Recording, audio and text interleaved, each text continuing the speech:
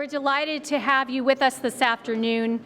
First off, I want to thank Northrop Grumman for its support, and to Rebecca Hersman and the Project on Nuclear Issues here at CSIS for bringing together such a distinguished and diverse set of scholars today for this conversation on the 2018 Nuclear Posture Review. One of PONI, the Project on Nuclear Issues' primary goals, is to promote a range of voices in the nuclear community, and especially to bring forward new voices. We hope that today's events will help showcase a broad set of opinions and backgrounds.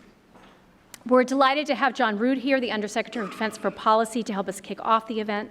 I'll introduce him in a moment. Then we will have two panel discussions, one looking at the new policies and capabilities proposed in the NPR, and a second examining the regional impact of the NPR, especially in Europe and in North Asia. To conclude, the chairman of the House Armed Services Committee, Congressman Mac Thornberry, will be here with our CEO, John Hamre. Congressman Thornberry will deliver a keynote address, and then he will have a discussion with John Hamre. Today's event is on the record. It is being webcast, and the video will be available on the CSIS website after today. We're also live tweeting from our CSIS Project on Nuclear Issues account. That is at CSIS PONI. We hope you tweet along with us. I will not actually be tweeting, but tweet along with others. And we are using the hashtag CSIS Live for this event. As a convener, we always have a duty to remind you of the safety precautions of the building. There are exits behind me, exits behind you. I'm here with you throughout the first part, and Rebecca Hersman is throughout the rest of the time, and we are the people to look for should a fire alarm or something go off. So, without further ado, I'd like to introduce John Ruud, who is our first keynote speaker. He will provide some opening remarks, and then I'm going to join him for some back and forth before we open it to the audience. I will let you know he has, as is often the case in his job, he has been pulled back to DOD for a meeting with the Secretary of Defense following this.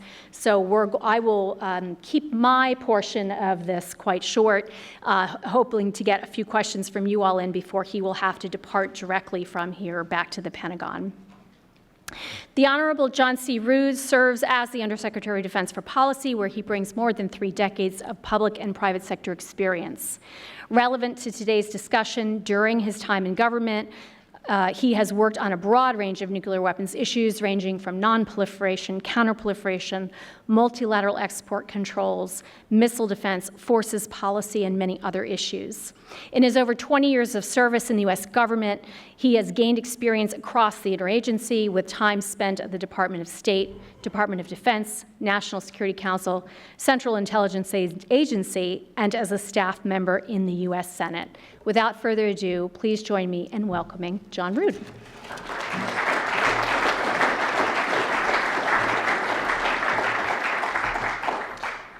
Well, thank you, Kathleen, and thank you, Rebecca, for having me here today at this beautiful facility on a great day. As I looked around the crowd who've come here today, it's always a little bit intimidating before you give some of these talks to see some of the big brains who I have tried to learn from, like Frank Miller, and Corey is here, and of course you see Elaine Bunn and a number of others. So I will try to impart some things perhaps that might be new from the Nuclear Posture Review. But I did want to say up front, this is a unique period to be here, also following some of the events of the last week, where our parties around the world, President Putin giving a very noteworthy speech yesterday that I think frames the context for today's discussion very well. And I regret I won't be able to stay for the day. I think you've got a great lineup of speakers, and quite a plum to have Chairman Thornberry coming. Now, with respect to the Nuclear Posture Review, that was one of the first things. In fact, it was President Trump's first national security presidential memorandum that he issued. And that underscores, I think, his belief that the security environment is very different that we face today, and that matters like our nuclear deterrent were things that we needed to urgently look at in the context of that new security environment. So what happened is the Defense Department conducted a very deliberate, intelligence-based review of what our nuclear posture needed to be, tried to make this as comprehensive as possible, and to do it alongside the Departments of State and Energy, as well as in further consultation with our allies and partners around the world, to really look at what did our nuclear posture need to be, how did we need to review our practices to make it fully consistent with that environment that we face today. And much has changed. Of course, but many things haven't. Some of the things that haven't, there have been several nuclear posture reviews that have been done in the past, and this nuclear posture review was broadly consistent with those in a number of ways, but there are some important differences that I want to point out as we go through this. I will also say there were two other major reviews that were done by the Trump administration early on, one for a new national security strategy and another for a national defense strategy. Both of those have been completed, and this NPR is, of course, very consistent with them. The thing that those broader strategy documents articulated is the way that the security environment has substantially changed in the last couple of decades. The national security strategy properly characterizes that environment as having the reemergence of great power competition. I think during my lifespan, this is certainly the most complex and difficult security environment that we've faced. It's interesting to me is when I say that, people say, well, of course that's the case. And I think in a lot of ways that underscores just how much that has changed from when we might have stood here 10 years ago or 15 or another period of time. Now, the national security strategy talked about revisionist behavior from both China and Russia and the security concerns that arise from that, provocations and the challenge we face from other countries like North Korea and Iran, and then the persistent threat we face from violent extremist organizations. Certainly not a return to a bipolar Cold War, but a much different situation that exists with the great power competition being not as simple as that existed during the Cold War. The nuclear posture review characterized some of the change dynamics from the last nuclear posture review in 2010, in particular in Russia. Since 2010, Russia has altered its military doctrine to state that NATO was its top threat, a position it reiterated in 2014. That same year, Russia invaded Ukraine and used military force to attempt to change long-established borders in Europe. Rather than reducing the salience of nuclear weapons, Russian leaders have made explicit nuclear threats and have brandished these weapons in a way we haven't seen in some time. Russia's actively modernizing and expanding its strategic and non-strategic nuclear weapons, stockpiles, and capabilities. And Russian officials, including President Putin, Defense Minister Shoigu, the Chief of the General Staff, General Gerasimov, have declared that nearly 80% of Russia's strategic nuclear forces have now been modernized. While Russia appears to be adhering to its obligations under the New START Treaty, it is widening the sizable gap between its deployed strategic nuclear forces and our own, deployed non-nuclear strategic arsenal and our own, despite the variety and numbers of Russia's non-strategic nuclear capabilities that they have developed and tested. They also fielded the SSC-8 ground launch cruise missile, which violates the INF Treaty. And this is while they're also violating other treaties like the Open Skies Treaty and the Conventional Forces in Europe Treaty.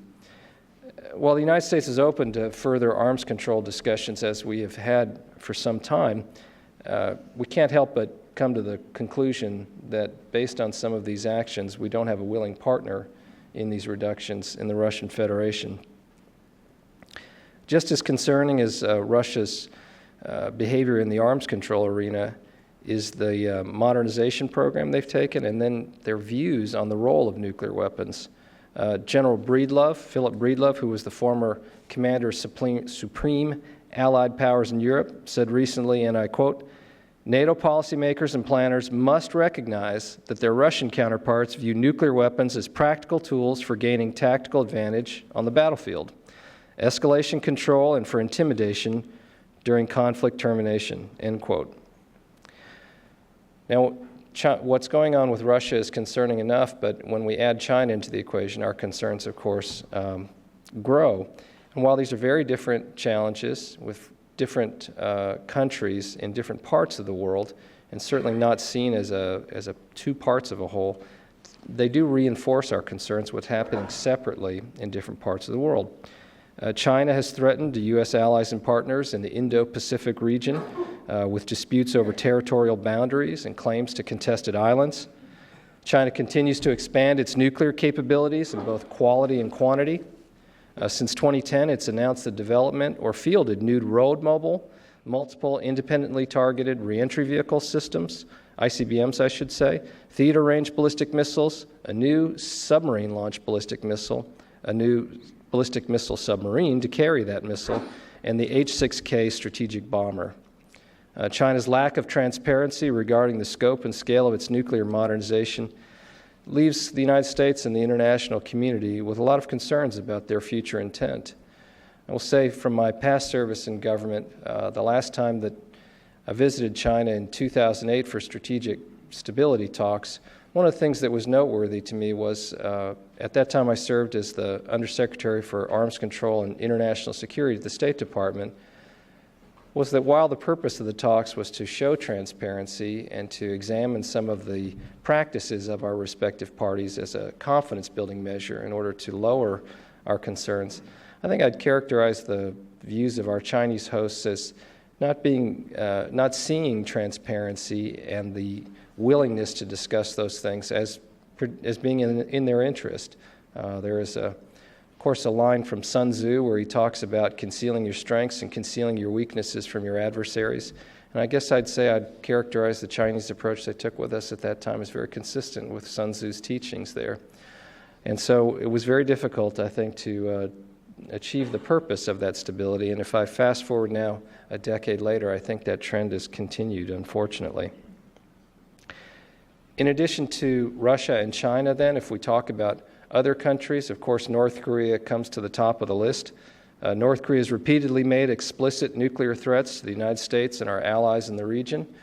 Having watched some of the North Korean-produced animation and seen some of the other activities, it's hard to come away with the conclusion that they don't want to send a message to the United States about their intentions. Since Kim Jong-un assumed power in 2011, he has rapidly increased the pace of the development and testing of nuclear devices and of theater, intercontinental, and submarine-launched ballistic missiles. In addition to North Korea, Iran remains a concern. While its nuclear ambitions remain, and we remain a party to the joint the JCPOA agreement intended to limit those capabilities, we still retain sizable concerns about Iran's ambitions in this regard. In addition to its nuclear program, its ballistic missile program violates UN Security Council resolutions, and its malign activities, of course, are a problem for its neighbors as well as the broader Middle East due to the hegemonic nature of these intentions from Iran. Since 2010 and the NPR that was conducted at that time, therefore, Russia, China, and North Korea have all increased the numbers, capabilities, and salience of their nuclear weapons. And rather than reducing the prospects for reducing the prospects for military confrontation and reassuring and stabilizing their regions, Russia, China, North Korea, and Iran have engaged in military aggression and coercive threats against their neighbors. In the United States, our attempts to reduce the numbers and salience of nuclear weapons in the world have not been reciprocated. Of course, this isn't a unique conclusion of the 2018 NPR, but it's something that's shared by our allies and friends around the world and a number of former administration officials, including those of the last administration. In contrast to the actions of some of these potential adversaries, the United States has built no new types of nuclear weapons or delivery systems other than the F-35 fighter, which has multiple roles, for the past 2 decades. We have instead sustained our nuclear deterrent with life extension programs, keeping systems and platforms that were not intended to be in service this long in the service of our forces for several decades beyond their designed service life. Former Secretary of Defense Ash Carter rightly observed that if there is an arms race underway, the United States is clearly not a participant. The 2018 NPR responds to this environment with a number of recommendations. The 2018 NPR does not change longstanding tenets of nuclear policy that have bipartisan support, such as the triad, the modernization and recapitalization of programs of record. Our commitment to our treaty obligations remains, and our openness to further arms control reductions with good faith partners is also in place. Instead, the policy and posture recommendations in the NPR contribute to the effective deterrence of potential adversaries and the assurance of allies in a more challenging threat environment. Given its extensive continuity with mainstream U.S. nuclear policy, how then does the 2018 NPR address the new security environment? One, we would argue it clarifies and prioritizes our nuclear posture and policy. And secondly, it recommends those capabilities needed to enable us to have a tailored approach, a tailored set of capabilities to provide an approach to deterrence that will correct adversary miscalculations and thereby effectively reinforce deterrence. In terms of the roles and policy changes there, first, the 2018 NPR reaffirms that deterrence of nuclear attack against the United States and our allies and partners is the top priority of our U.S. nuclear policy.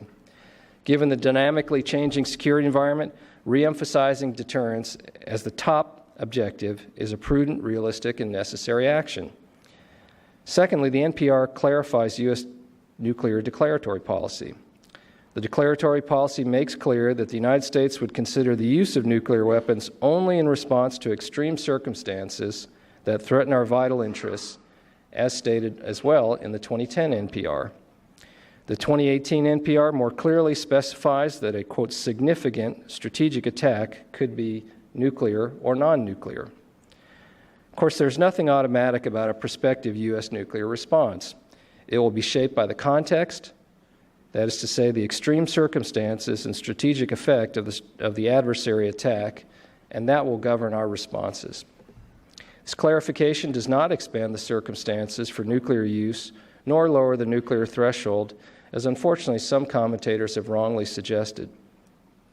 Rather, it enhances deterrence and seeks to raise the nuclear threshold by reducing the potential for adversary miscalculation. This policy is not only consistent with the 2010 NPR, which acknowledged a role for nuclear weapons in deterring select non-nuclear attacks, but is broadly consistent with the policy of every administration from President Truman forward. Third, the 2018 NPR recommends two supplemental programs to strengthen U.S. capabilities to deter attack and assure allies. The first is a modification of a small number of existing submarine-launched ballistic missiles to include a low-yield option. Second is the pursuit of a nuclear sea-launched cruise missile. Neither of these capabilities is new or requires nuclear testing. The low-yield submarine-launched ballistic missiles involve a relatively low-cost modification to an existing warhead. The sea-launched cruise missile is a capability that the United States possessed for decades until it was recently retired. Both capabilities are fully consistent with our treaty obligations. The goal of the 2018 NPR's capability recommendations is to tailor a U.S. deterrence strategy to contemporary requirements. Effective deterrence must shape potential adversaries' calculations to ensure that they do not see the employment of nuclear weapons as a useful option in any circumstance. Given what we've observed in the doctrine, exercises, statements, and threats of other nuclear states since 2010, the challenge of the 2018 NPR was to determine how best to convince potential adversaries that the United States and its allies will not be coerced or paralyzed by their threats of use of nuclear weapons. So let me talk about how these two capabilities will, we think, enhance deterrence. The low-yield SLBM option in that area, Russia's doctrine and military exercises involve the use of a limited amount of nuclear strikes to quickly end a conflict on terms that they believe will be favorable to them. Moscow may mistakenly believe that we lack a credible deterrent to limited low-yield nuclear weapons, limited use of low-yield nuclear weapons. The NPR recommends a low-yield ballistic missile because it will help preclude any potential adversary from believing that its use of low-yield nuclear weapons would allow it to escalate its way out of a conventional conflict. Of course, we have low-yield nuclear weapons in the U.S. arsenal today, but they're exclusively air-delivered.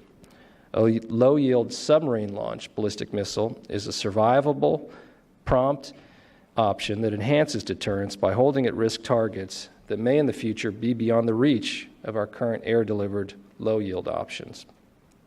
This measured modification to our deterrent will help dispel any adversary expectation of advantage via nuclear first use based on a mistaken belief that the U.S. response options are not credible. These low-yield warheads, because they would be modification to existing weapons, would not add to our overall number of strategic ballistic missiles or the number of nuclear weapons in the U.S. nuclear arsenal, both of which will stay within the New START limits. With respect to the new sea-launched cruise missile, whereas the low-yield ballistic missile launched from a submarine is a near-term economical enhancement of our deterrent, the sea-launched cruise missile would allow us broader flexibility over the longer term to tailor our activities to the deterrent effect that we needed in a particular context. The 2018 NPR calls for the study of a nuclear SLCM, or sea-launched cruise missile, because its characteristics will help us meet these emerging deterrence requirements without having to match Russian non-strategic nuclear capabilities weapon for weapon. Of course, Russia maintains an arsenal of thousands of non-strategic nuclear weapons. And although NATO's 2012 Deterrence and Defense Review reiterated our willingness to pursue reciprocal non-strategic nuclear weapons reductions, Russia has been unwilling to do so. The sea-launched cruise missile is also treaty compliant with the INF Treaty, and it will enhance our reassurance of our European allies in the face of the ground-launched cruise missile that Russia has recently deployed in violation of the INF Treaty. So in conclusion, let me just say that these two capabilities recommended by the 2018 NPR strengthen the deterrence of war and strengthen our assurance of allies, thereby helping to ensure that nuclear weapons are not employed in the future. These capabilities are tailored to the strategic environment that we now face in order to raise the threshold for nuclear use and to do so with minimal changes to the U.S. nuclear posture. Let me be clear here. The goal of our recommendation is to deter war and not to fight one. If nuclear weapons are employed in conflict because deterrence failed, and the goal of the NPR is to make sure that deterrence will not fail, we also want to make sure that we retain credible capabilities in that unlikely eventuality. Strengthening deterrence is not simply a matter of nuclear capabilities. It's also about having the ability to work with friends and allies to reassure them and to create credible options to provide for their collective defense. So our cooperation with friends and allies will ensure that potential adversaries can have no doubt about the cohesion, determination, and alliance capabilities we possess to deter and maintain our common security. In an era of renewed great power competition, adversaries, allies, and the American people should know that the United States has the will and the flexible, resilient nuclear forces needed to protect the peace. So thank you again for giving me the chance to talk to you. I'd be happy to take any questions you have in the Q&A session.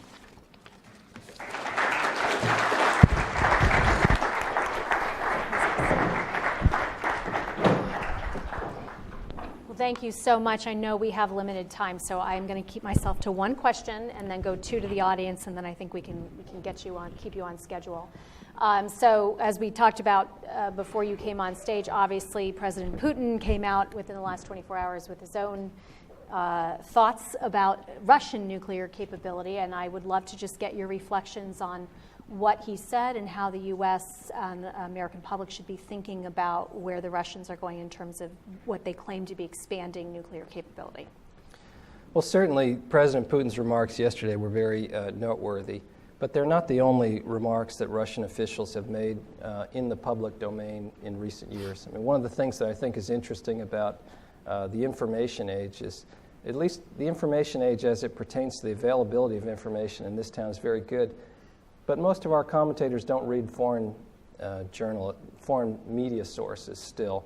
And so when you look through some of the Russian language media, you do see a much greater prevalence of these kinds of comments. And so while President Putin certainly gave a very full-throated explanation, I think there were elements of his comments that have been present for some time in various places and different comments that he and others have made before.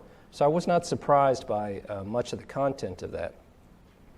Nonetheless, it is concerning, the direction that's going on in Russia. Certainly the direction of the country, and a number of us over the years have worked to find ways to build a closer relationship between the United States and Russia. But I think as our national security strategy and the national defense strategy said, we're in an era of great power competition again, and Russia has clearly chosen that as an approach. A number of the capabilities that President Putin talked about and an openness of talking about them being oriented at the United States and oriented at the United States and our allies is very noteworthy. That intention and that focus is not merely articulated in that speech, of course. Some of the large-scale Russian exercises that have been conducted that identify NATO and the United States as that which is being exercised against is certainly another indicator of concern. And then we do see capabilities being developed and maintained by the Russians that concern us as well. And so I think we just have to take that into account in terms of the orientation of the country, the demonstrating of capabilities, seeing capabilities developed or maintained as we develop our doctrine. And Russian nuclear doctrine continues to emphasize the use of nuclear weapons in a way that U.S. doctrine in the past has not. And some of the moves that we have taken, Russia has gone in the opposite direction with respect to, for instance, the size of their so-called non-strategic nuclear forces. So all of these things paint a picture that is of concern. And that's really what animated the Nuclear Posture Review's recommendations, that there are, in order to preserve deterrence, to have a flexible set of capabilities for this much more complex world, we needed to make some adjustments to what we were doing in the United States, and some of the recommendations for capabilities, such as the submarine-launched ballistic missile, spring from that consideration. Great. Okay, I promised 2 audience questions, so I'll take one here and one there. So let's start here. And we'll do 1, 2, and then let you answer because we are short on time. Yeah. Yeah. Please, the microphone. Sure. Your name and Jonathan affiliation. Granoff, I'm the chair of the American Bar Association's International Law Section Task Force on Nuclear Nonproliferation and the president of the Global Security Institute. What I noted in the NPR was that an absence of reference to a pathway to fulfill Article 6 of the Nuclear Nonproliferation Treaty, and I wonder if you could address that, since, you know, as lawyers, and we consider that the value that we're defending is the rule of law. And the second is to discuss the compliance with the deployment of our arsenal with international humanitarian law, which I also noted was absent in the NPR. Thanks, and we'll take the second question, and you can answer them together. Thanks. Hi, Aaron Mehta with Defense News. Hi, Aaron. Just wanted to clarify your statement about kind of the technology that was unveiled by President Putin last night. So obviously the S-6 was in the NPR, was called out specifically, but the hypersonic weapons weren't. Certainly the nuclear-powered cruise missile that he talked about wasn't called out in the NPR.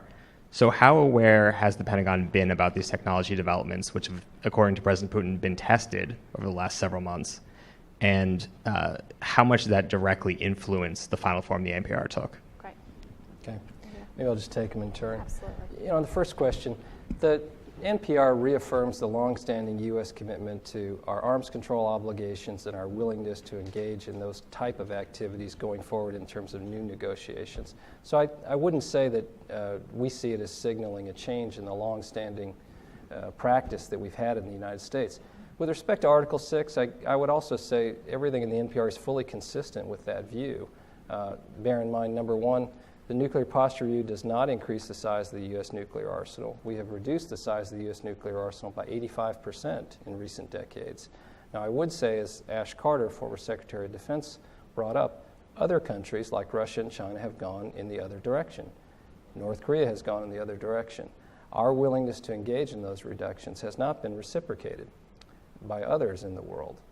So I think I would say our actions, our words have been fully consistent with the obligations in Article 6. And as you know, Article 6 doesn't merely speak to the role of nuclear weapons. It talks about good faith negotiations towards nuclear disarmament in the context of general and complete disarmament.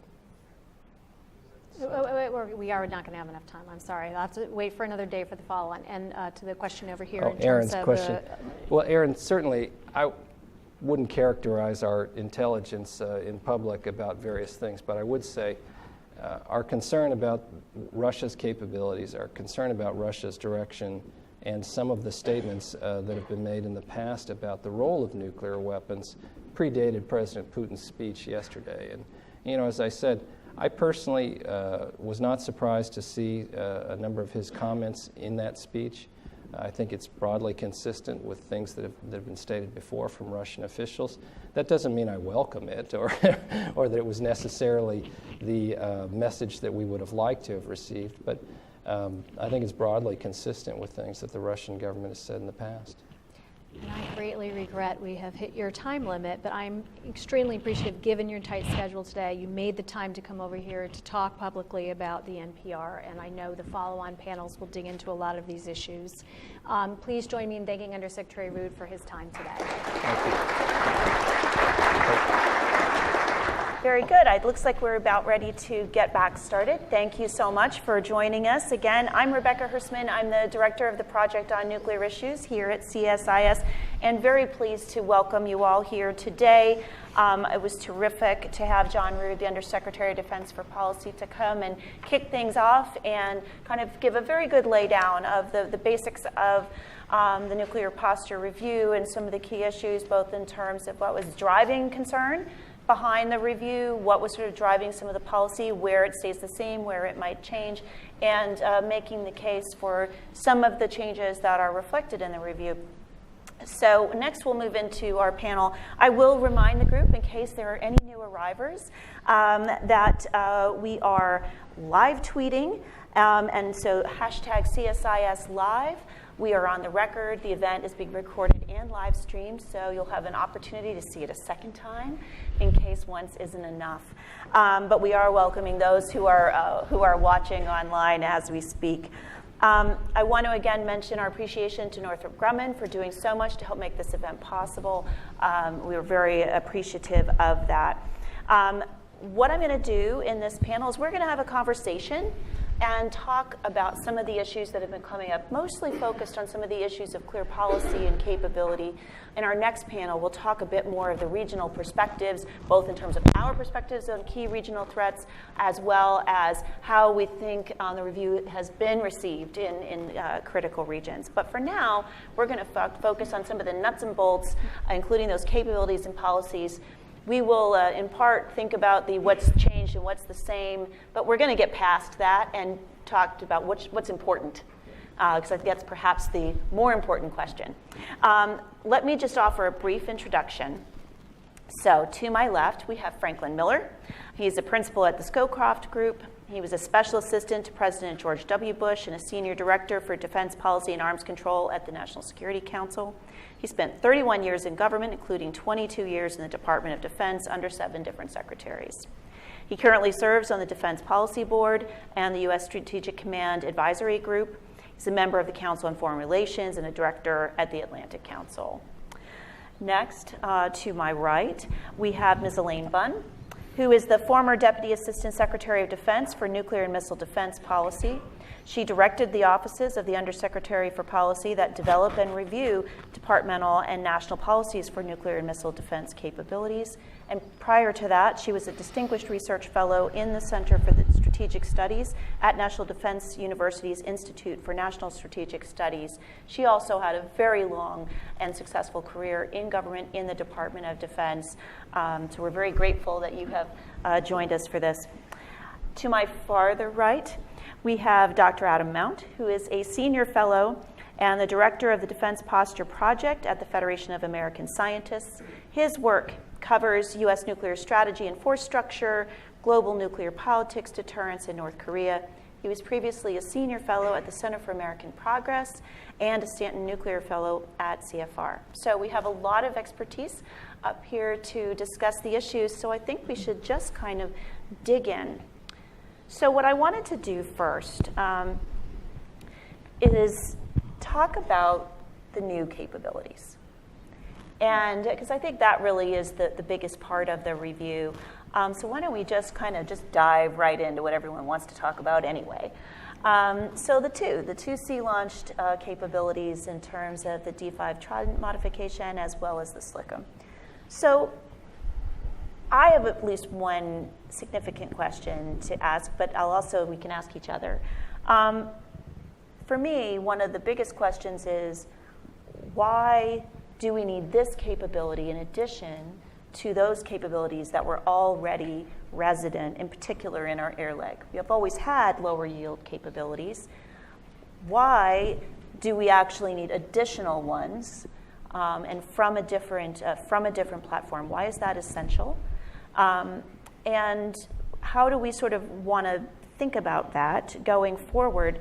And a related question I'd like you to touch on is, to what extent should we be concerned about the emphasis on this big gap that's being filled as actually undermining those other capabilities that we already have as part of the core program? So if we could maybe start with that. Do you want to go first, Frank? Set up like a bowling pin. Sure. So I think the first concern that the NPR evinces in this area is that over the past 10 to 15 years, in the face, and this is, I think, the most important point, in the face of existing triad capabilities and capabilities in Europe, the DCA, we have the Russian doctrine declared in various different ways, but that would use nuclear weapons to defeat a NATO force, which would be defending and presumably retaking NATO territory. We have the fact that they have the weapons to back that up, and we have the fact that they've exercised it. And they did all of that in the face of current capabilities. And so the judgment was that the Russian military leadership perceives a gap, and that the gap would be an ability to have a prompt, indisputably able to penetrate any defense system that would allow the United States to respond with a low-yield nuclear weapon, which is to say, to deter Russian use of nuclear weapons in the first place. This is clearly not a battlefield weapon. We do not want to indicate any willingness to fight a battlefield nuclear war. So yes, is this escalatory? Right. It says, don't cross the line. Don't use nuclear weapons first, because we will have a capability very soon at very low cost that doesn't add any additional weapons to our stockpile that can be used to escalate in response to Russian first use on the battlefield. And I think your other point is, does it detract from what we're doing in the triad generally? The answer is no. I mean, deterrence evolves as the threat evolves. This is the first point. The second point is, this is a tailored response to a perceived problem. The triad and its other capabilities and the DCA in Europe respond to a wide variety of other contingencies. But that, I believe, is the rationale, and it's the rationale in which I believe for the low-yield D5, which, again, will be bought in very small numbers. Why don't we stick with the D5 first, if you think. Were you going to switch that up? Well, no, I was just going to talk about your question about why aren't the other lower yield options in our capability toolkit sufficient? And are they, aren't they? That's a judgment call, but there are some differences. Everything that we have now, as it points out, I think as John Ruud pointed out, that we have that is lower yield is in the air leg. Air leg is not always an appropriate, is not always feasible or appropriate for either potential use, and potential use gets to deterrence. What does the other guy think that you would do? The whole back and forth of what do they perceive that we perceive that they perceive. Or actual use if it's a response to someone else's limited use of nuclear weapons. So why isn't air delivered always the right response to something like that, or the way to deter that? Well, because in the presence of lots of air defenses, he may think you're not going to get through. He may think that you think you may not get through. If you have to overfly places that you either don't want to or don't have permission to get there. If there's a need for the SLBM, if there's a need for prompt lower yield, aircraft are not prompt. But again, those are just the what ifs, and again, it comes down to the judgment call about what does he think that we think that they think, based on what we've seen. I think that's exactly the question that we should be discussing here. And in particular, we should be looking at how does this new U.S. policy reflect to Russia how we're thinking about their strategy and how we think about the credibility of our own options. So for example, if there's a credibility issue with the air leg, I think we should be thinking seriously about whether it's worth spending the money to do the B-61 production line, and whether that is still a credible option. I think we should be talking seriously about LRSO. There might be a case to be made here where the LYD-5 can replace some of these other capabilities if, in fact, they are outdated. But my broader concern is that the language in the Nuclear Posture Review and in some associated statements from senior officials seems to validate Russia's arguments about the utility of low-yield nuclear weapons.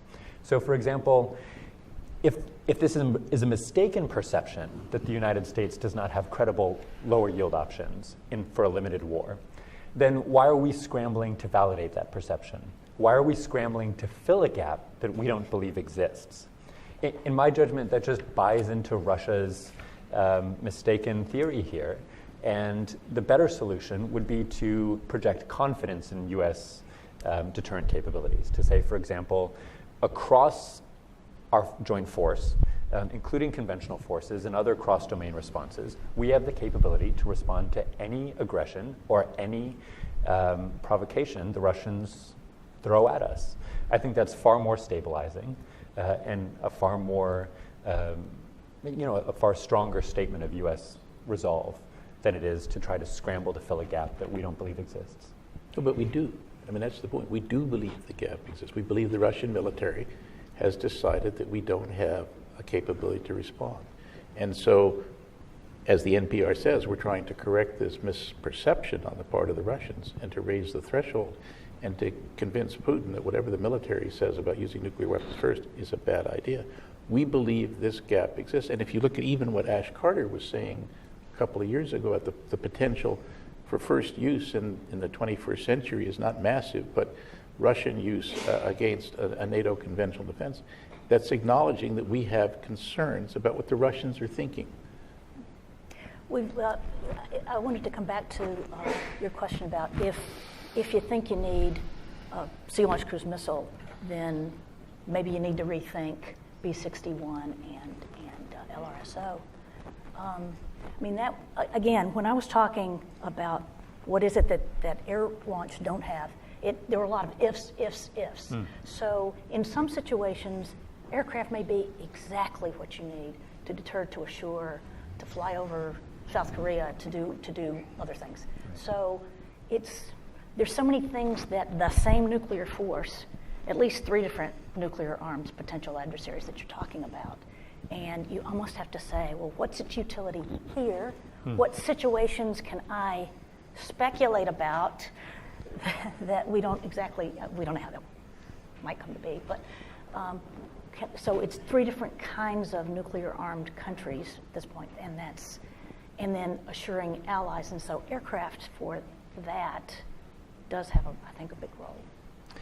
But the yield itself, and these options seems to be sold in terms of having a redundant way of delivering a similar yield. And so I think we need to ask if, as Frank says, the argument is we see Russia building certain systems in certain ways and posturing them in certain ways, that's alarming to us. And we use those developments to impute upon them certain intentions. Is the argument that the LYD-5 is going to be just the specific system we need to get them to cease those modernization efforts? Or do we really believe that this will be sufficient to cause Russia to abandon these theories? I think we need to think very carefully about that. So let me pull it from there. I mean, I think this sort of way I look at it when we think about the capability and how, the case for it, right. It kind of has these 3 pieces to it. One is necessity, which is really what we were just talking about. How critical is this? Why do we have to have it? What is the need? I mean, there's clearly some debate there. I think there's 2 others. I'm going to go to the second one, but just to forecast. The second one in my mind is applicability, and I'll explain what I mean. And the third is practicality. In other words, we might think you need it, you might think it's the perfect thing, but if it costs even more money or other things, right? There might be reasons why it's not practical. And I think some of the political environment we're in might raise a couple of practicality questions. But let's go back to applicability. that is the bucket, I think, where there's been quite a lot of debate that I'd love to hear your views on. And I think where there's been a great sort of series of pieces in War on the Rocks. We had Vipin Narang's piece, we had Austin Long, they were talking about the role of D5. Frank, you've weighed in the last couple of days. So let me just hit the three big challenges about does this apply. First is the operational challenge. This is the evasion issue. Is this some big operational risk or not, and why? The second one being this discrimination, quote unquote discrimination risk. Is it going to get confused for the wrong thing and cause something unintended to happen? And then the third one is the usability threshold altering challenge. So to what extent are we increasing rather than decreasing the risks of war? If I sort of got at least the three issues there, right? So let's touch on that. Frank, why don't you go ahead and kick off? Sure. So let's start from the back first. Usability. People impute to the proposal that the United States wants to have usable nuclear weapons. And one of the charges was that the NPR calls for more usable nuclear weapons. The NPR, if you read the NPR, says exactly the opposite, that we are not seeking usable nuclear weapons, that we don't believe in usable nuclear weapons. And read what the words say. If you want to consider this a complete and total bald-faced lie, that's people's right in a democracy. But that's not what the NPR says. The operational question, which is roughly framed as if an SSBN fires one missile, the enemy will find it and sink it immediately, is an argument made by people who simply do not understand submarine operations. First of all, for 40 years, since the mid-70s, we've had limited nuclear options in our policy and plans. SSBNs would carry limited nuclear options. So for 40 years, we have had the capability and the plan, if executed, to fire small numbers of missiles from an SSBN. So the first thing is this is not a new development. The second thing, and I tried to make this clear, I made this clear in my piece. What are the assumptions? Do you believe the US SSBN is being trailed by a Russian submarine? If you believe that, the SSBN's mission's been compromised from the beginning, so you can write that one off, right? That's got nothing to do with an SLBM single launch or not. We don't believe we can be trailed, okay? Full stop. The second is, are the oceans about to be transparent? If you want to assume the oceans are transparent, this is a different discussion. The laws of physics haven't changed, however, yet. So then it's, how do you sink the submarine? Missile comes up out of the water, say an infrared satellite picks it up. It tells a command center in Moscow to shoot an ICBM at it. 20 minutes later, some warheads hit the area, right? Not clear that anybody has RVs that will hit the water and sink to depth and go off, that will survive the flight time and G-forces of an ICBM RV. In those 20 minutes, the SSBN can create a circle of uncertainty with a diameter of 13 miles. And since I did the math and I remembered pi r squared, that's 137 square miles of ocean to boil, okay?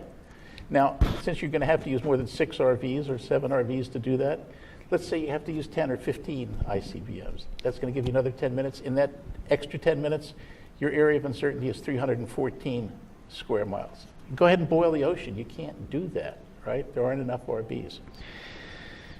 The last question is, if the United States launched 1 or 2 Trident missiles at Russia, wouldn't the Russians react and expend their entire force? Well, that's a possibility. The whole point of deterrence is threatening escalation, to say a situation is going to get out of control, so Mr. Putin, do not use a nuclear weapon first. But as I said, for 40 years, we have had the capability, and we have had in our plans the idea that there could be small options. And some of us in this room have helped build those small options. Would the Russians absolutely say, that's a small option, there are only 2 coming at us, and let's wait? Who knows? But that's why deterrence is so important. But I think the point is, none of this is new. If you don't like small options, that's fine. Say you don't like small options. That's not an argument against a D5 low yield? Just one little pushback. And I don't know that it would be so much on the actual point about lowering the threshold, but just to clarify where I think the debate is, I don't think there's a debate over what the NPR says, or that it says it would recommend any kind of lowering, or that is in any way the intention of any kind. I think the debate is in whatever logic that unfolds inside the brains of various people, is that what is the risk of that as the unintended consequence? I just don't think this is one of these, same different arguments about the words of the document. I think it's a disagreement over the But the whole argument theory. that you're making jumps into sort of phase 2 of the game, which is the Russians have already used a nuclear weapon, and what are we going to do? Phase 1 of the game is to make certain that the Russian political leadership understands not to use a nuclear weapon in the first place. These are deterrent and responsive weapons. This is not calling for a first-use weapon, right? And so therefore, it is not lowering the threshold on our part. It's trying to make the Putin administration decide they're not going to use a nuclear weapon, and therefore to raise the threshold. Well, and I think we need to unpack what the assumptions are when people say lower the threshold. And it's a real question. Are they envisioning it lowers the threshold for U.S. first nuclear use, or is it lowers the threshold for U.S. response to somebody else's use of nuclear weapons? And so, and talking about first use that's a legitimate discussion to have. But just parsing out what do they mean about lowering the nuclear threshold, I would love to. What are the implied assumptions there? Right, exactly. I think the concern is not always about first use. When folks are worried about lowering the nuclear threshold, and I understand that the NPR says explicitly that that's not what they intend to do. But the NPR also sees that lower yield weapons have increased credibility in certain circumstances. And if that's true, you just simply are expanding your options in certain circumstances for the use of nuclear weapons.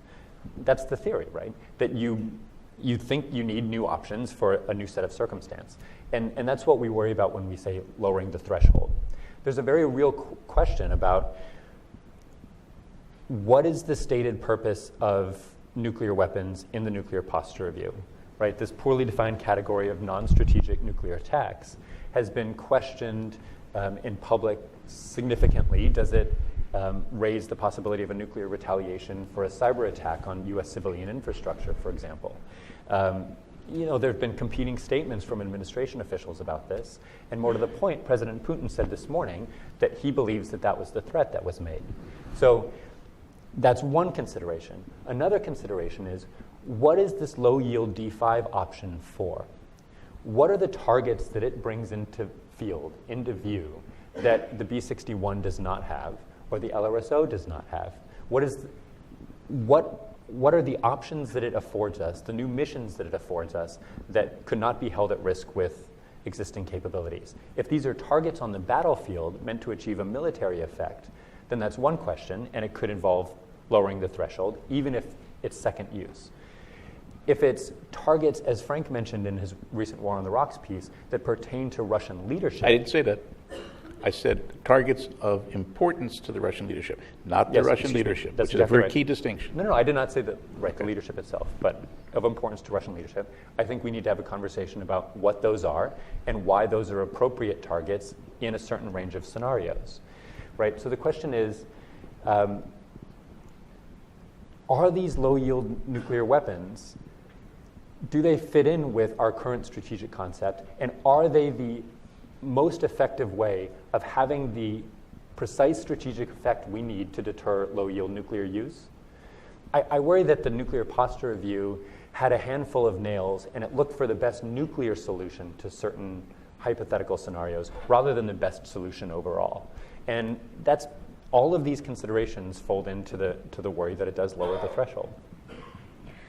I don't want to. Do you want to stay on that point? Well, I think, can we work in the question of the sea-launched cruise missile as well? Because I think I would like to have a little bit of discussion about, even between these two capabilities, what's same, what's different? Are they trying to solve the same problem, trying to solve different problems? Is it just a question of timeline? And do these applicability questions change at all between those two capabilities? So I think I have a few questions about that, but chime in and then be thinking about how to talk about the Adam's SLCM. point, I mean, LRSO has a role in some contexts. The DCA in Europe have an irreplaceable role with respect to assurance, and keeping 30-year-old weapons there does not mean that we can continue that role much longer. Therefore, there's a reason for the 6112. As a stated policy, we do not intend to signal our willingness to engage in a nuclear war on the battlefield, nor would one choose a D5 system to strike a battlefield target. So the answer is, as it has been from the beginning of the nuclear age, to signal that if an enemy uses nuclear weapons first, we're prepared to escalate. And that means that the world could end, and that the enemy leadership needs to consider not using nuclear weapons in the first place. There are lots of other things we need to do. We need to build up our conventional forces in NATO. We need to build up our command and control systems. But the point is to raise the consequences of Russian first use. I think the sea-launched cruise missile is a different animal. I think the sea-launched cruise missile is all about two things. One, to say to the Russians, you have violated the INF treaty along with 7 other different arms control treaties. If you don't get back into compliance, we are going to deploy a worldwide capability in the INF range that's treaty compliant. The second, again, and John Ruud touched on this briefly, is if you consider the Indo-Pacific region 10 years from now, and you look at the Chinese ICBMs, IRBMs, MRBMs, and their naval and other tactical systems, we may well, not certainly, need some sort of in-theater, widely dispersed nuclear deterrent capability. Now, those are ideas behind the sea-launched cruise missile, which will emerge, presumably somewhere in the 2030s. But I think those are two very distinctly different roles. And look, sea-launched cruise missile will be an entirely new project, so that will be more than a couple of pennies. The D5 modification is extremely affordable and can be put in the field in 18 to 24 months. Okay, I want to come back to some of those practical questions, but Elaine, you've been wanting to get in here. The arms control aspect is an interesting one that I think Secretary Mattis really emphasized in his testimony in the Hill shortly after the NPR came out.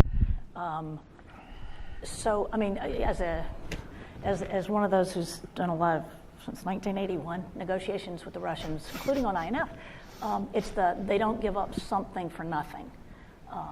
And so, there was a certain frustration that, for a lot of years, we knew they had violated, and we talked with them, and they would go, who, me? What missile? What launcher? And so, if this could be an incentive for arms control or for them eliminating their ground-launched cruise missile, the SSC-8, that may be worth the money of a program to look at things. Now, would they actually get rid of theirs without our going all the way to deployment? They didn't with Pershing 2 and Glickham. They made us go all the way to deployment before they got rid of the SS-20. So I don't know. I'm not going to hold my breath. But the arms control leverage of a program to examine a SLCM is, to me, the more interesting aspect of that. I think that's really important to weigh in on, right? The NPR itself is vague, to say the least, about the military requirement for a new SLCM. If there is a military requirement, then the Navy and the Pentagon ought to make the case for why this specific system is required to fill U.S. deterrent objectives. If it's to be put on the table as a bargaining chip, I think that's a highly speculative theory, right? The Russians deployed SSC-8 in contravention of the INF Treaty in a dramatically irresponsible way. And they did it in full knowledge of the diplomatic costs that they would incur by doing that. It's not clear to me that a speculative program changes their calculus in this regard. it's not clear to me that a fielded SLCM changes their calculus in this regard, that the SLCM is worth the same value for them as an INF missile that we've been worried about for years and can threaten our allies in Europe. But more to the point, I'm worried about treating nuclear modernization as a bargaining chip, right? The Russians today announced 4 new systems that they had not previously discussed explicitly in public, including the Kinzhal, a maneuverable Alchem that could hold at risk targets potentially at INF range, the Avangard, a maneuverable long-range boost glide vehicle. These are extremely expensive systems. And so the Russians are sort of flooding the table with bargaining chips. And if our position is we should be trading off chips, it's not looking good, right? The right way to think about nuclear deterrence for the United States is to say, we have the most capable nuclear arsenal in the world. We have the most capable conventional forces in the world. We will meet our deterrent objectives with whatever levers are most effective. And we're willing to come to the table to do fair deals. We don't have to scramble after the Russians to try to get them to accept a specific deal, especially one that's not very good. No, but I think that's the point, isn't it? I mean, you said 2 things that are very important. The first is we have the best nuclear forces and best conventional forces in the world. There's no place on the NATO-Russia border where we have superiority. The second point is our deterrent forces are aging. And as the former commander of Strategic Command, Cecil Haney, said, if we don't replace these things soon, we're going to be out of business. So the modernization program is to replace a known quantity and a known capability. The other point that you made is that the Russian, and these programs did not emerge over the last several weeks since the NPR was put on the table. The Russians have been modernizing, expanding their nuclear forces for well over a decade. And that involves an internal Russian dynamic. I'm not going to question that dynamic, but what I am saying is that they certainly walked away from any notion of the Prague speech. And we need to have a modern, credible deterrent precisely because they have these things. We're not going to come up with some of these jackass ideas like an underwater torpedo that's going to salt the earth like Carthage, somewhere between Charlestown, Massachusetts and Charleston, South Carolina, and render the East Coast uninhabitable. Those are stupid things. But what we need to do is modernize our force because the Russians are clearly devoted to active nuclear weapons programs to try to threaten and intimidate the United States and our allies. But Frank, I think your point about conventional inferiority in theater is very well taken. And I think the critical question facing us is whether the money spent on these systems could be better spent on conventional force readiness, right? If we can do more prepositioned ABCTs that can deploy to the Baltics, improve logistical capability so that we can have the forces there in time to have a decisive effect on the conflict, that's a better deterrent value than is a SLCM that duplicates existing capabilities. And so that's where I think we ought to be putting our money. But there is a question. I'm going to bring Elaine in, but I think there is a question of not everything is a choice. I'm perfectly happy having discussed it. Not everything is a choice or a zero sum. Some things are additive. So I think that's something to consider. But I do want to come back for a minute to the SLCM before we kind of. I'm going to force the issue a little bit because the SLCM is going to come under a lot of fire in a lot of ways, right? I think I'll be curious to see if it enjoys much support from the Navy and how that really is manifest, because the last version, the TLAM, eager to get rid of. Yeah, there was not a lot of enthusiasm there. It's been so many open questions about the SLCM in terms of what it might look like and what it's really for. I think the D5 has been, and obviously because it's a much nearer term capability, much closer in, I think has actually been far more thoroughly explained. But the SLCM is a little more confusing. Is it really a bargaining chip? Is it really a capability? If it's a capability, what is that pathway going to look like?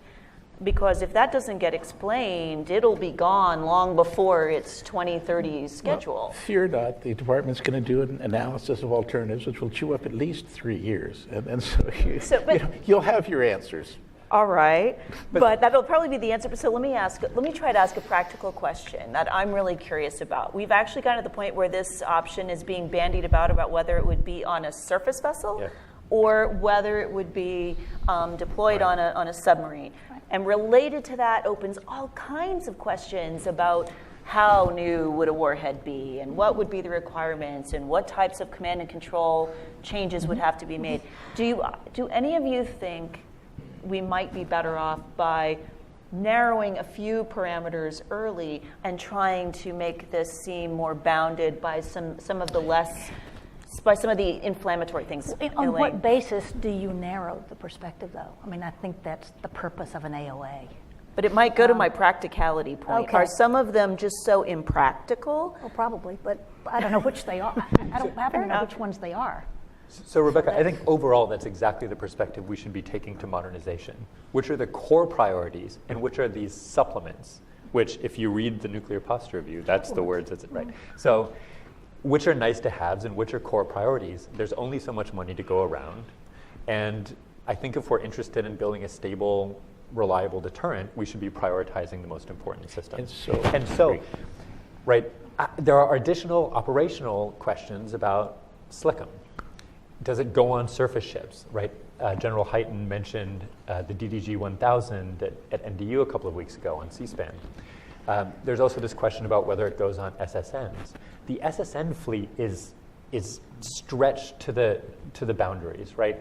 COCOMs are screaming for more SSN coverage, and to pull boats out of the fleet to train those guys, do the reconfigurations so that they get this capability, it's hard for me to imagine, and especially without a theory about what it's for. I would need an ironclad theory of why this is absolutely critical and cannot be. These missions cannot be filled with other systems in order to inconvenience and to a trite U.S. conventional readiness like that. So You're right that they have many missions, the submarines do, and so do destroyers. Sure. So do surface ships. Right. I mean, they've got multiple missions, and you don't want, but so do bombers, and so do DCA. Sure. I mean, they've been used mostly in the conventional mission. So it is a problem that faces us. The fact that any of our platforms that have many missions, it's a good point. Well, I think Frank says we have 20 years to figure it out, too. No, well, again, I mean, we could argue about this until the cows come home, but the fact is the department's going to do an AOA. It's going to come up with some sort of position, internal and public, and we can assess it then. Right now, we're talking about something that's been brought up as an idea as of February 2nd. And I think it's probably a waste of time to talk about it. We can talk about it as much as you want. It's not going to cost a lot of money. Right now it's not going to cost a lot of money. I think to Adam's other point, and I am absolutely in support of building up conventional capabilities.